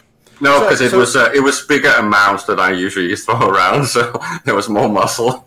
So here's a question. So was Lifeblood successful or not? And by what metric would you gauge it successful? I think it was massively successful. I think Lifeblood and Upwell has been huge successes in fixing the game. Sure, it's not done, and there's still issues like with the SOV thing and with the vulnerability and benefit of defense. But that's going to be rolled out and tweaked, right? We're going to get the first tweak to that in Q1, where the defensibility of structures is going to go down a little bit. And I think it's going to get a second pass. And when the population of structures are on par with NPC services and old POS stuff, they're basically going to make them, well, almost attackable all the time. So what is the metric you would cite to say that Lifeblood's successful? Other than the fact that Eric is fucking rich beyond belief in game now that Lifeblood's come out. Well, this might sound like goonsplaining, but the fact that Delve has been such a success is actually a proof that it's a success. Sure, we don't have destruction yet, but destruction will come when there's something to fight over. Well, I think Delve would have been a success even if Lifeblood didn't actually have what it had inside of it. Like, I think Lifeblood would have been much more of a success if I wouldn't even go so far as to say, like, you know, if SOV was a bit different or a bit more involved or a bit more kind of worthwhile to sort of fight with, I think with that kind of basis, if you had that basis where, you know, sort of SOV was a little bit more meaningful in order to actually take and, you know, less of a kind of massive pain in the ass, I think when Lifeblood hit, it would have been much more of a game changer. Like, the order of resolving this was wrong. CCP should have fixed SOV before bringing in Lifeblood. I think the only thing that Lifeblood did was to basically like make a bunch of people who were resting on their ability to hold low sec moons and, you know, develop passive income. The only thing it's really kind of done is basically make them kind of go, oh crap, we need to actually we need to find a second, you know, we need to find a new primary, you know, wealth generation, which ends up being... The thing is, they can't really do it in an easy way, right? Because if they want to do something like a structure-based, structure point-based, and structure grinding-based SOV system, they had to roll out all the structures first, right? So, and since that's tied into the resource gathering, because they wanted to get away from AFK sources, then rolling out all the structures for that was also required. So it is really about getting rid of the POS code, and I think that's actually been a massive success. So the next year, I think 2018 is going to be extremely interesting, especially if we get things like CCP Nawal to actually poke at things and basically kick up the sandbox and make it fun again. So it was a little bit scary because I was disgruntled the last month or so. The whole FC farming content, and that's all that happened in EVE. But seeing how much actually happened on the year-end review with Dirk yesterday, and the fact that I was agreeing with Graf Telkin about the problems in Eve just made me see that we know that things are going to get fixed, because now people are actually aware of where the problems are. Even Graf did a rage post about the raw call. That says so much about the game. So Drunk Canadian says I need to stop mining, and DC, I rarely mine. I might mine 2 billion a month. The spice must flow. No stopping mining in Delve. I do paperwork for the corp, right? Where I made all my money is this ridiculous change in moon mining, and Cobalt has been very good for me. What is it? Silicon diborite's been really good to me. I've made billions and billions off this stuff, man. It's just ridiculous. I mean, if you rarely mine and you say you do 2 billion, was it a week or a month or something? A month. A month. Then I really don't mine at all, because I don't think I've even made 2 billion from mining in 9 years. Well, I do have Wasn't a it few Killer that said that he mines a Titan or 2 each month? That's about 2 hours in an ice belt with 2 or 3 Rorquals. I forget which. It doesn't take long anymore, Cloud. But it's a lot of knobs to turn, right? They need to tweak so many numbers. Like Aerith is talking about things like what level of hours effective work on average does player needs to invest in the game to be able to plex for free, right? I think they talked about something like 40 hours of effective playtime is a decent number.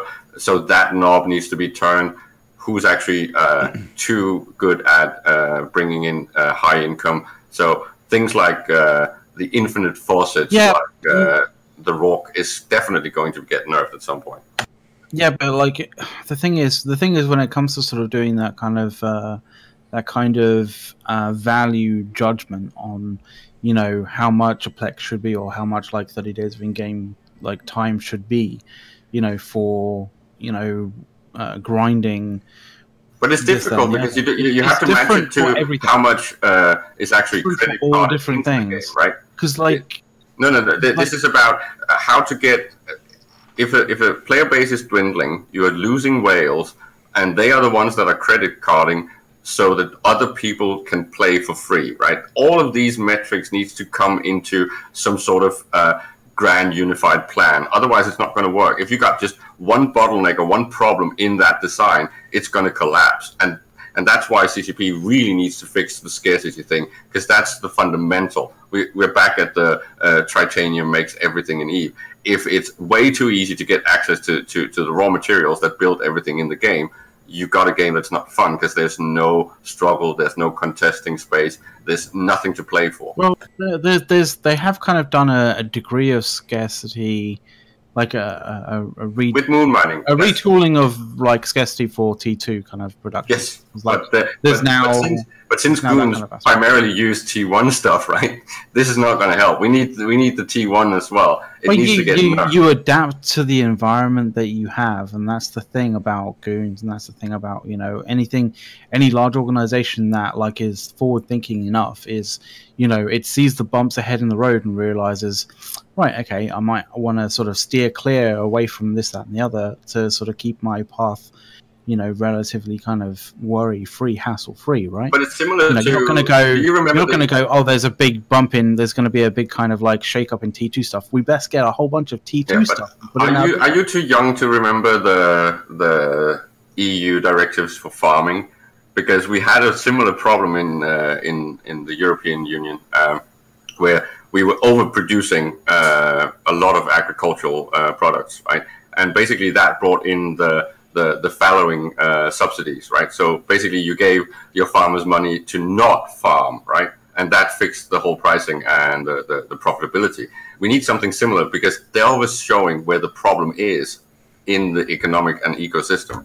And it's not that you need to nerf Goons, because they will actually just find something else, but you need to make Goons fallow some aspects of the game so we can have profitability and we can have proper growth and production and destruction. So you don't want a sandbox. But it is a sandbox. I just want the sandbox to be balanced right. In real life, there's real scarcity. There's real capacity maximum and saturation. You don't have that in EVE. I think Aerith said that Delve is only utilizing about 40% of its full capacity. It's basically populated with a third of the player base, right? I think you're wrong though, trying to base your balancing on the min-max group, right? And the same thing with the Oracles, right? I mean, and you don't assume that everybody has a Oracle, and that's the capacity at which you gauge the length of time for somebody to earn enough Plex to play the game, right? What you have to do is you have to pick a target audience. And you have to understand that, okay, if somebody has one account with one Hulk, they need to rat for 80 hours in order to get to Plex their account. Yeah, right? but that's where we don't agree. I don't think that it's a good idea to have scarcity on your character sheet and some sort of pay-to-win model or stuff like that. I think scarcity belongs in space, and that infinite resources or access is supposed to be on the character sheet. And that's fundamentally where we disagree. And CCP has been going down the road of adding more and more infinite resources, infinite slots, infinite everything into the game physically, right? And all the scarcity is on the character sheet. And the only thing that does is it makes players scale up the number of accounts and basically try to multi-box, and that destroys the game.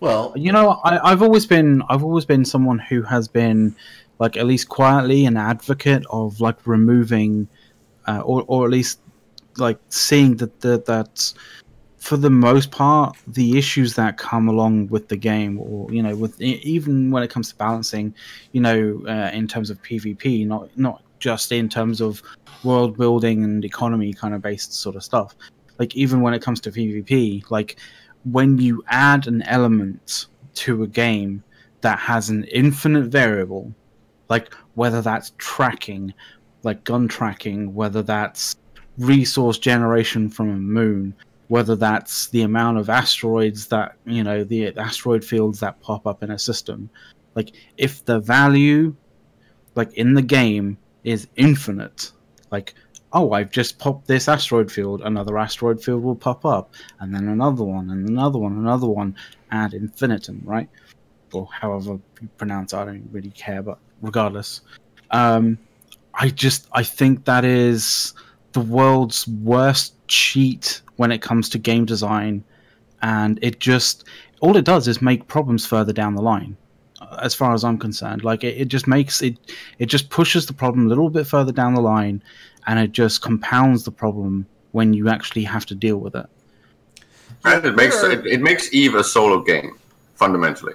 There are challenges, though, with scarcity and even balancing that, right?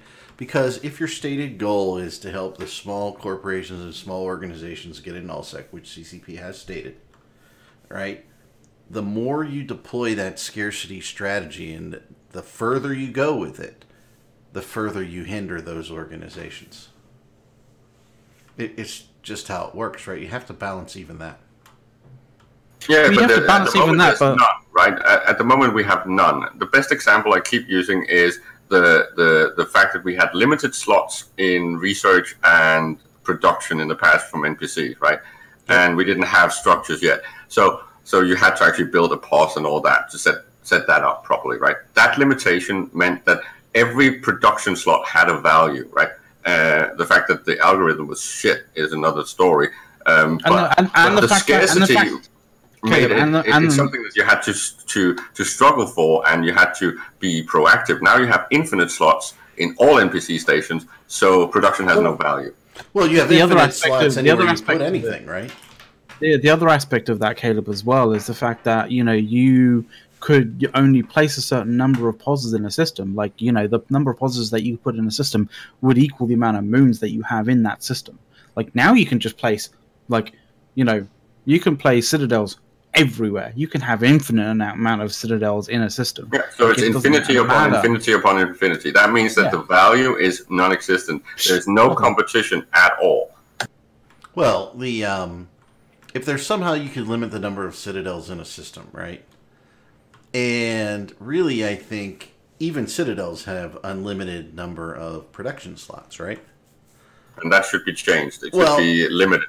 It should go down to 5, 10, and 25, something like that, for medium, large, and extra large. Because that way you would force people to then invest in more capacity if they needed it, and that means that there's something to fight over, something you can challenge, something you can change in price. All manner of emergent gameplay could come out of that. Or another thing that you could do is tie fuel utilization to number of production slots you've got going. Yes, exactly. I mean, it makes sense. That would be the best thing if they tied that and removed the fucking industry index bullshit. Just put fuel consumption directly dependent on activity in the individual structure. Well, I mean, but the industry index was kind of, I think, CCP's attempt at limiting the production in a system, right? Because it's the same with the space cancer, right? Put that fuel consumption limit into the ships instead, and remove that whole fatigue bullshit. Well, yeah, I mean, you have a point there, but when we concentrate on industry, right? I mean, that index can significantly impact the cost of a ship, but it doesn't seem to bother people. They just do it. That's because all the faucets are basically overflowing, right? They are way too open, and you can access them anywhere. Even Grath agrees that the flatness of space, where everyone can be self-sufficient everywhere, is just bullshit, and it destroyed Eve. It is destroying Eve. Like, if you don't have any, any need or necessity to basically, negotiate with your neighbor to get what you need. I mean, that it's the fundamental of trade. Like, it's the baseline aspect of trade. You have something that I want, I have something that you want. Let's trade, and like, I'll give you what you want, you give me what I want. Then we're good. Like, if you don't have that necessity, that need, and in real life, sure, let's have free energy, free transportation, free food, whatever. Let's have a Star Trek universe in real life, but I don't want it in Eve, because in Eve I want to fight my neighbor. Thank you very much. You're never going to have it in real life. That's the thing. It's like this ridiculous utopia that some people, some kind of people dream up. Like, it's it's that utopia that Agent Smith talks about in the Matrix, right? Where everyone is happy and everyone has everything that they need, this, that, and the other. But it was a disaster. Nobody would accept the program because, it's not reality. It's a utopian dreamland that obviously is fake, obviously can never happen. Like, I'm going to use that soundbite in my campaign if I run for CSM. It's not that they all woke up, it's that they all fucking left the game. Exactly. I'm just reading what Stragak put in here. That was just a very good mic drop moment. So, dunk. I'm still gonna argue that they need to find a way to make ice belts and asteroid belts not on a respawn timer, right? That you actually have to pull them from the moons like everything else. It's why I think we talked about this, Eric. The fact that structures might actually be the solution to pretty much all the problems in Eve, right? So hooking them up to things like ice belts that you actually need to have a structure to activate or spawn new ice asteroids. Same with the actual mineral asteroids should all move on to a drilling platform model. So everything that has to do with resource production or sourcing has some sort of risk and asset invested, right? So you're basically putting skin in the game, regardless of whether you are doing planetary interaction, ice mining, proper mineral mining, or moon mining. It should all have some sort of skin in the game. Dude, honestly, I mean, I may be in the minority here, but like, I really do feel that the best way, like as you said, like, that structure in space should be the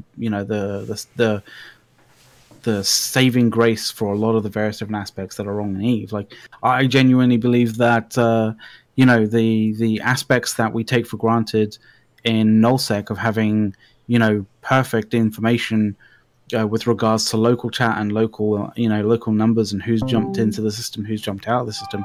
Like, I genuinely believe that we should still have that, but it needs to be tied to structures that are actually, like, not just one structure, but like a multitude of structures that are actually, you know, have to be defended and can be kind of, you know, can be screwed around with, can be maybe even hacked to sort of, you know, it's why we to need not to have... function and this and the other. You need to have some degree of, like, at least from the Intel kind of perspective, we need to have a degree of, yeah, well, it's not really just that. Like, we need to have the idea of Shroud in Eve.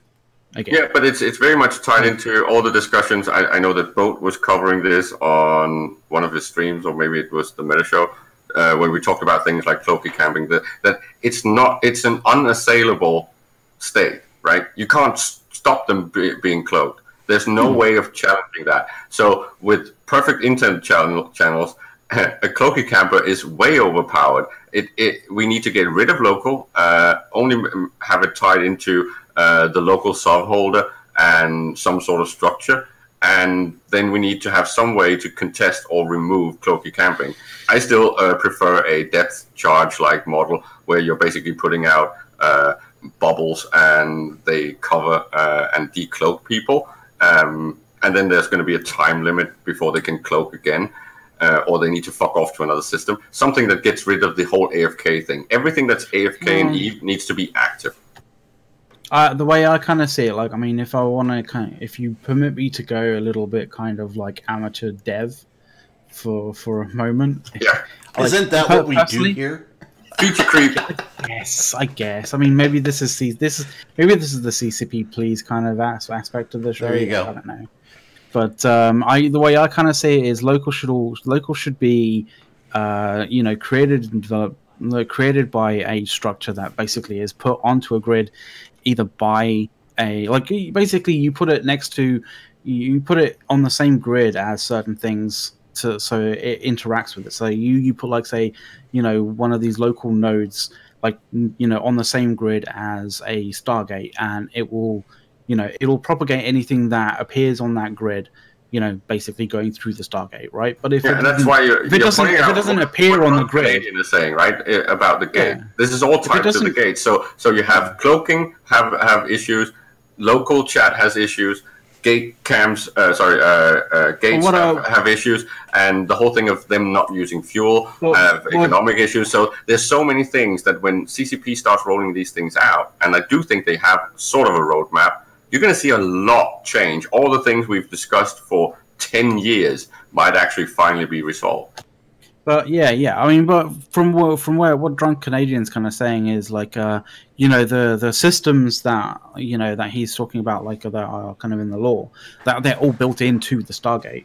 What I'm saying is, like, you know, that system of, like, you know, registering a ship that's gone through the Stargate shouldn't be, like, built into the Stargate. It should be a separate kind of thing that's there that interacts with the Stargate, but also it should go on player-owned Stargates, right? So if players take over from NPCs, so pretty much all the NPC gates, especially in Null, start shutting down because they're no longer getting fueled by the factions, right? Then it's only going to be player-owned Stargates. They will be registering. They will most likely inform via API or something like that. So you will still have the equivalent of local, unless someone's actually jumped in themselves outside of the gate system, right? So all of these things can be taken over.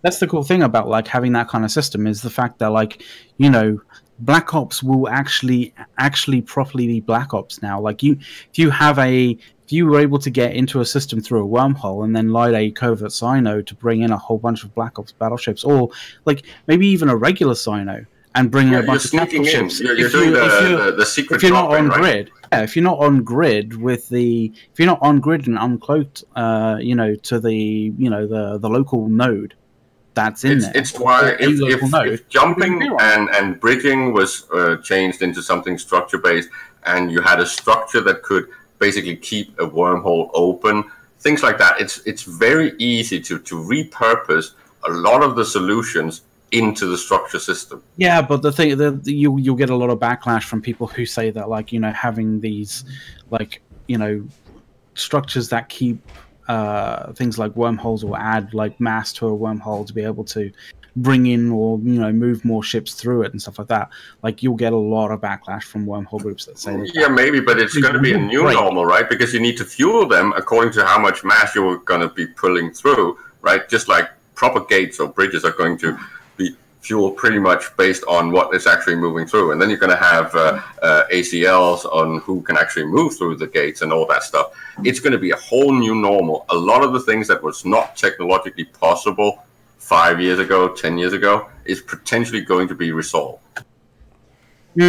Maybe. I don't think like I don't think wormhole stabilization is the way to go, though. That's the thing. But I think it is. like when it comes, you get rid of rolling holes. You get everything fuel based. You get the economy stabilized, and everything will now depend on who is fielding where and how, and what's the logistic demands, and what's the local economy, what's the payment of balance between regions. All of these things will create emergent gameplay. Well, I personally, I feel like rolling holes is an effort-based thing that has, you know, that I personally think, you know, has its place in the game. It was never meant to work like that. It's not an exploit. It's not an exploit because an exploit basically means it's a shortcut to getting something. It's an exploit that became a feature. It's not really. And if you've ever rolled holes, you know that rolling holes isn't a shortcut to anything. It takes a long fucking time. No, but it makes it possible to do something that was not intended. Living in a wormhole is something that's possible, but it wasn't intended either, man. But that's the beauty of a sandbox. No, it was not meant to be an alternative to normal logistics. It was not meant to be an alternative to proper jumping or using gates. It kind of isn't. Hey, I just got off the phone with Alice, the Mad Hatter, and the Queen of Hearts. They'll be calling the two of you on this whole idea you got there. Holy crap, you guys are so far down the rabbit hole, I can't even believe it. This would be actually We're having a tea party. Dude, I just like the idea of I need to smoke this cigar. It's just killing me that I can't light it up here. It's so fucking I just like the idea of taking some of the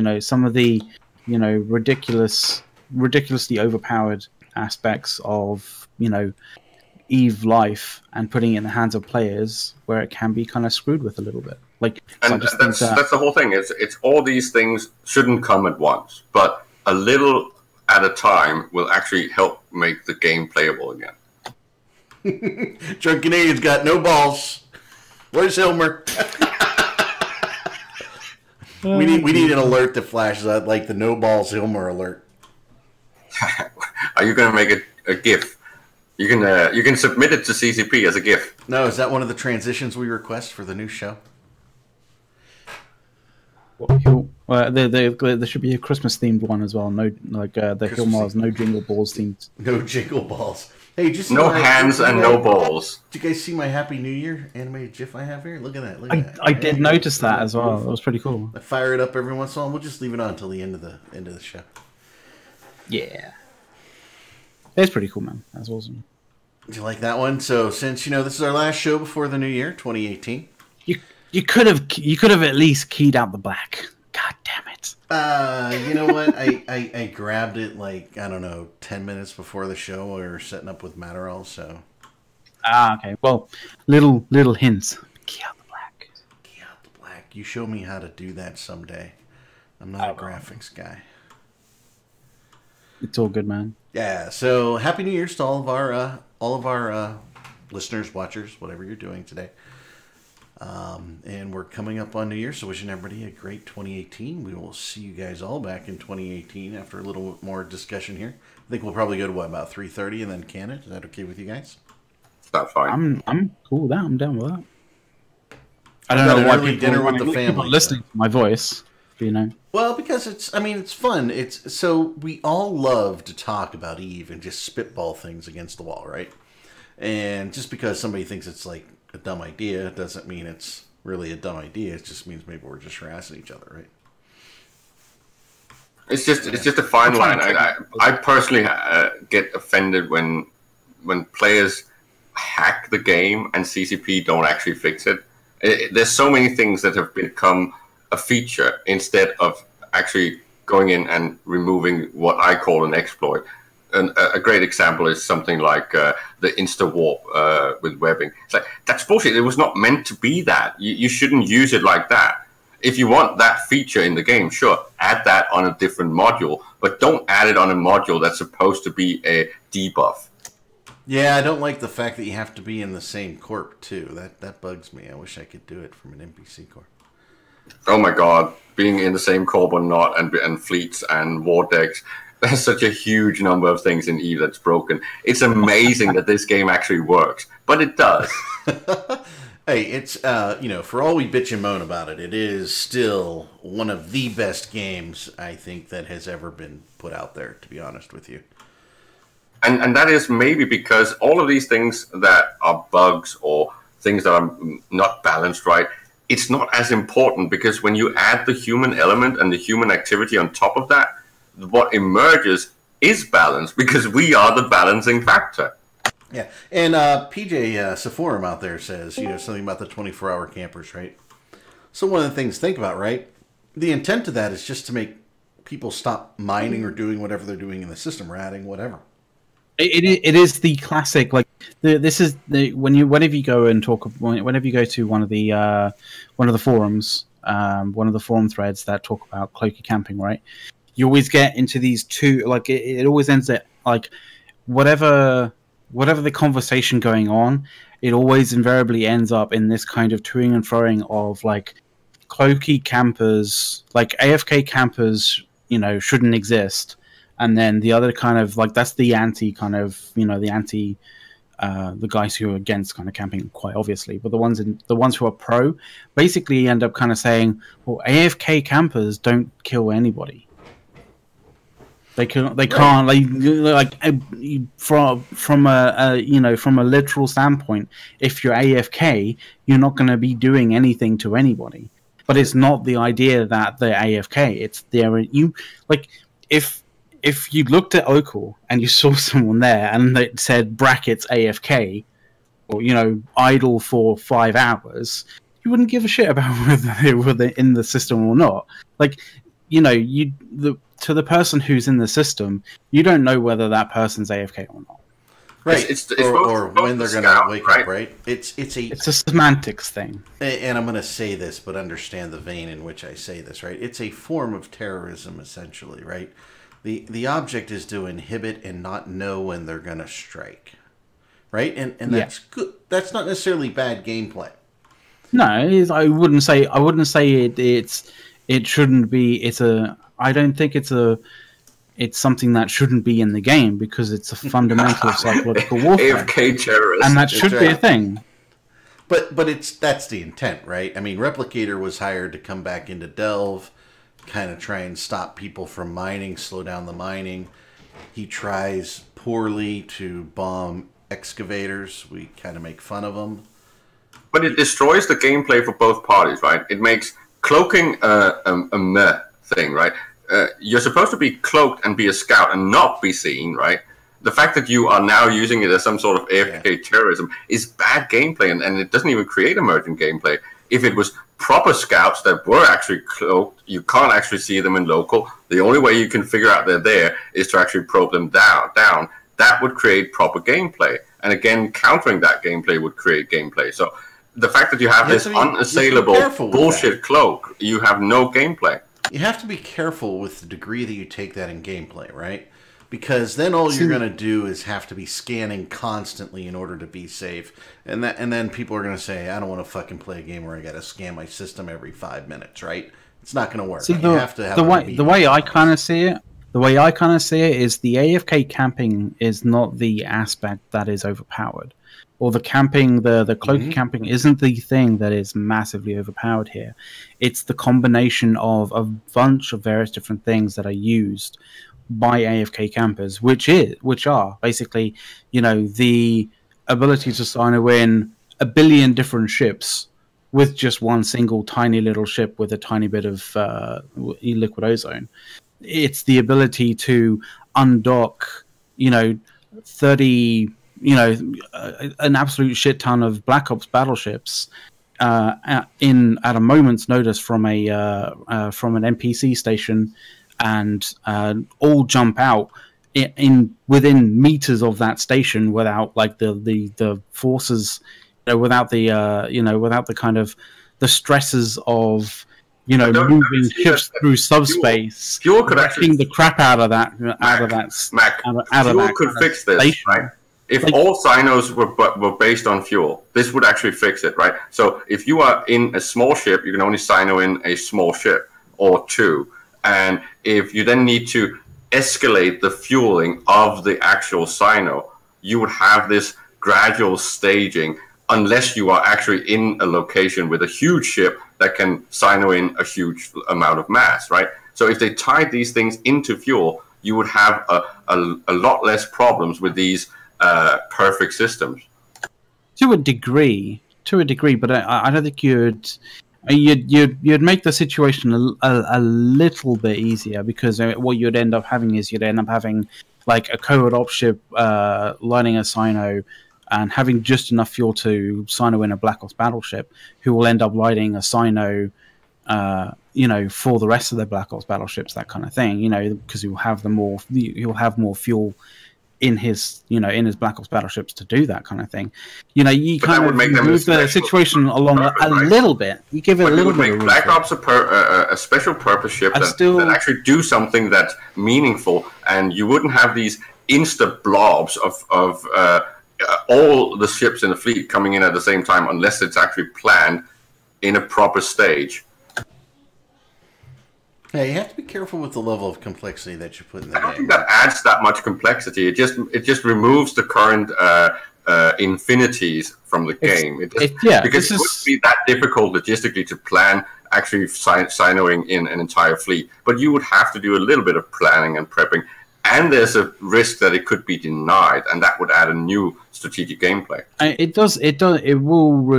will kind of give rise to sort of maybe like dealing with the issue of having 250 like supercarriers or Titans like jumping on a single Cyno at the same time, and I've played EVE for a long time, so it's the norm when you kind of see a super cap escalation to see Titans within Titans within Titans when that kind of thing happens. I think personally, from a aesthetic kind of standpoint, it looks like shit, and it makes the game look like shit when you have 3 or 4 of the best looking fucking awesome ships in the game all merged into one another because of the mechanics of Cynoing and Cynoing large ships like that into each other. I know that there's a risk in doing that. You always run the risk of having Titans bumping each other away. So there is always that aspect of maybe you don't want to Cyno in 250 or 256 Titans onto a single Cyno because it's just a bad apps and stuff like that.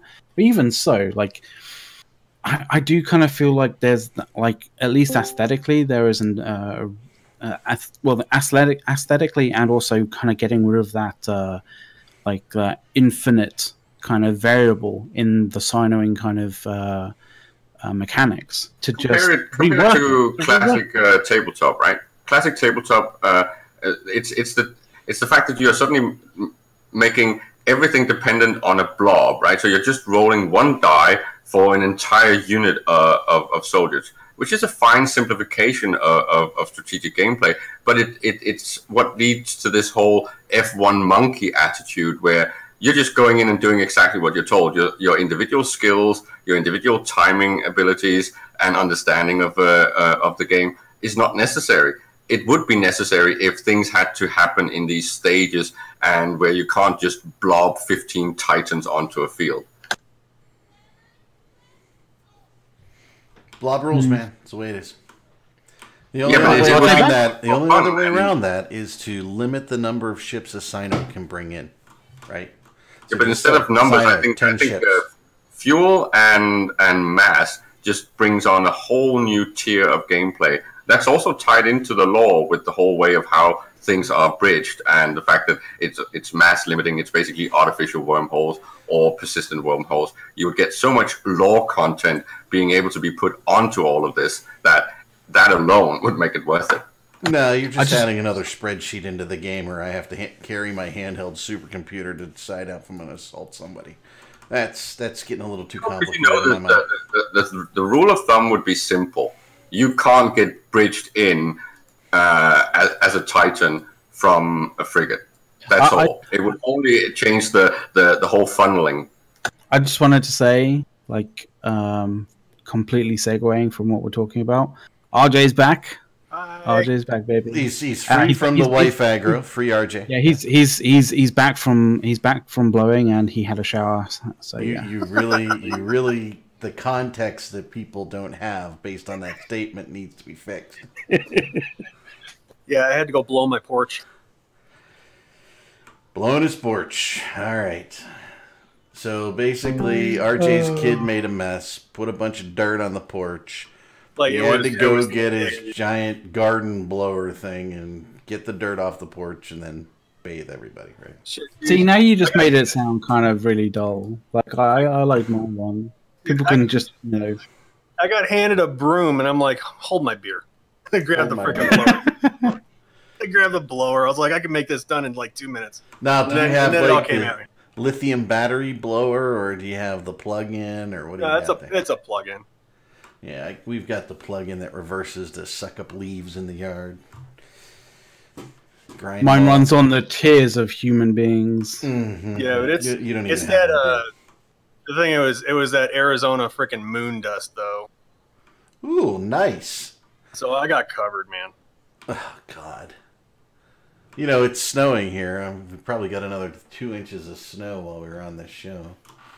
Well, it would be happy to inform you that I was out there in shorts and a wife beater and sandals. Nice. It's like 80 degrees out. So you're dressing like Caleb did a couple weeks ago, right? Yeah. So you know, just a little winter weather thing, right? So did you guys hear how much snow Erie, Pennsylvania got the last couple days? I think they've got over 6 feet of snow in the last week or something. See, I hate you guys if I had for stealing 6 my foot of snow, if I ever had like 6 foot of snow in my planet, I'd like literally build mazes out of them. It's that lake effect. People do. That, awesome. Like that lake effect snow, man. I'm from Cleveland originally, so I know all about that shit. Cleveland, Erie, is there really a lot of difference there? Erie, P ain't that far away. Well, we've got 8 minutes to the end of the show. I just like to say that it's a fucked up world where I have drizzle rain on Christmas in Scandinavia, and they have fucking snow in Austin, Texas. They had snow in Houston, Texas, which is even further south. Crazy. I'm sorry, I was inaccurate. It's 70. My snow. Mexicans are going to start making like their new versions of snow cones and stuff. New versions of snow Isn't that the cold kind? Is there any snow in Mexico? Do they have any mountains high enough to even have snow? Yeah, they do. Well, if you look at where hold on. Gummy, it's too bad Scythe is in here. Fuck the metric system, okay? That's all we're going to say. Well, generally, I'm supposed to have snow right now. I'm about 4,500 foot elevation with mountains behind me, so I should have snow right now. But it's like 73 degrees and freaking beautiful. Yeah, it's not just Eve that's upside down, it's also the real world. And I'm not too far away from the border. I'm only about maybe 30 minutes away. All I'm going to say is it's 17 degrees right now, and that's our high for today. I'm trying to figure out where the hell all that global warming is, you know, because it ain't here. That's right where I'm at. There you go. That is actually one of the funny parts of this whole climate change stuff. Seeing people that are not used to weather trying to tank it. I think it was it in Turkey? No, was it in Israel that they had snow? And it's like people running around in clothing that is so certainly not fit for snow. Nice. No, But- no, yeah. I mean, back in the somebody said this was like an old person show earlier, right? So It is. back in the 70s, right, when this whole climate change thing started in the U.S., right? It was, hey, we're going into the new ice age because we're having so much snow, right? And it's just a cycle of the climate. And then you got the Gulf Stream messing everything up because it makes it totally unpredictable. It's also why the UK population is kind of funny. The Southerners actually don't know how to deal with snow. They don't have clothing for it, and they don't know how to drive in it. Oh, Dude, Southerners in snow is funny. Couple of days ago, we had blue skies. I had the windows open. I was chilling. It was great. I gotta go buy my clothes for Iceland though.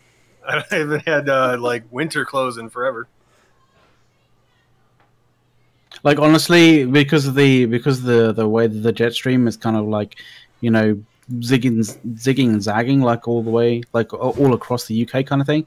Like we have bouts of like cold weather, then warm weather, then cold weather, then warm weather at the moment. Like it's really fucking, it's really schizophrenic right now.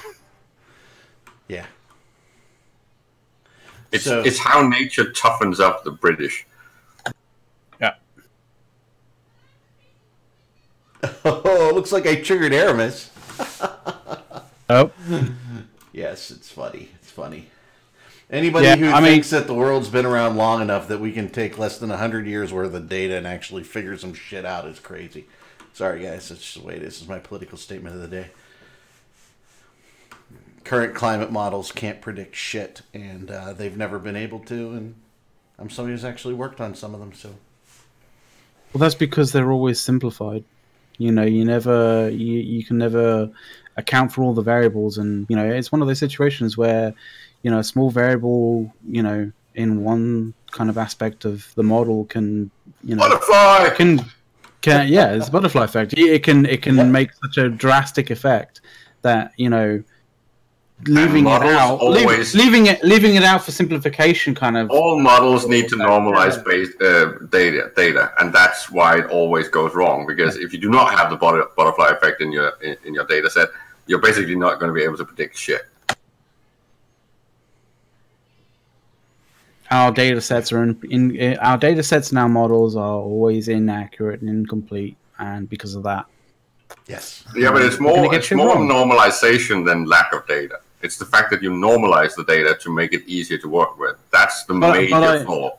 But I would say that science never says that it knows everything, because if it did, it would just stop. Like we would Well, just be that's like, the no, point, right? we don't need to know. We don't need to do anything because we know everything. Right, we've gone from a theory... Science knows it's imperfect, and we're fine with it. We work to sort of make it better. But Except in this case, right? We're considering things as de facto fact. And the science isn't actually going out there and applying scientific theory where it goes to prove itself wrong, right? It does studies to prove itself right. That's And that's where human. That's human nature. We've been assuming that since the time when people actually thought that barnacle geese came from barnacles in the sea, and hence you could eat it on when fasting because it was not an actual bird or something. there's a degree of assumption when it comes to the scientific method, because you can't have it's impractical when dealing with like proving certain things, where you have to like go into a paper, like where you have to start a paper and prove every single aspect of everything that you're basing every single scientific aspect of of your thesis before you even get to trying to deal with the thesis. You're trying to deal with your what you're trying to prove or what you're trying to actually do an experiment on. Like there is a degree of assumption when it comes to when it comes to science, but it's not in the same sense of like, oh, we're just going to assume that the world is flat. Like it's not that kind of degree of like insane assumption. And anyone that's actually interested in this topic should watch the video I'm linking from Stephen Wolfram, A New Kind of Science. It's got to do with the emergence of chaos. Oh yeah, there's so many things that affect things globally. I mean, there's the sun, there's the cosmic rays, or things that you know, I don't see anybody talking about volcanoes and shit. What what those spew. Yeah, that doesn't Well, affect anything. Let's put it this way. Let's put it this way. Like everybody kind of goes, oh, you know, what we're going to do when global warming kind of destroys the Earth, etc., etc. The Earth's going to be fine. The Earth is going to be completely, totally fine. The Earth, whatever the fuck we do with the Earth will be completely fine. We won't be. Yeah, the Earth will be completely fine. There's the argument, and we probably should leave this one go, but I'll say the one last thing, right? It's not necessarily that it's a challenge of climate change. It's a challenge of the source, right? When we know that there are sources that happen that are far more impactful against the climate than what man has done, right? So there's a challenge, and I know we've triggered Aramis, and I really don't care. I just don't give a fuck, right? Anybody who says scientifically that we have proven matter-of-factly everything that we know about climate change today is correct is a fucking idiot. I'm just going to say that, because if you don't understand that science changes and there's so much in the cosmos that we do not understand that can have impact on our planet that we don't know, but in 100 years we might know. We'll say, boy, we were stupid. So that's it. All right, so hey, 3:30. Do we have any last words? I just wanted to say that I am glad that I got a Matrix reference into, you know, at least one episode of Whiskey Gaming Show. So I'm happy now. Matrix reference. I love that. And we thank everybody for the follows. We thank everybody for the subscriptions. And we thank everybody for putting up with us on a regular basis. We will be back in the same time slot next week. We don't know if we'll run for 3 hours or 2 hours or 2.5 hours like we did today all the time. But we may go longer than a normal hour, and look for some rebranding and some new things, and we look forward to 2018. Caleb, anything from you? Remember to watch the Meta Show today, specially hosted by Matterall and Carneros. It's going to be up in 30 minutes. Alrighty, RJ, since you came back, you got anything? Yeah, and it goes back to one of our older topics. I'm RJ. I'm addicted to Eve and salt. We did not go over addiction very much, did we? Or did we? Yeah, is that where I spilled my drink and had to spend half an hour cleaning it up on my desk because it was everywhere? No, I think that was a little later, though. Okay. All right, guys, we appreciate it. We will be back next year. And everybody have a wonderful and safe new year. Be safe, and we hope to see you back here. And with that, we're signing off. Watch the Meta Show coming up in half an hour. Bye-bye.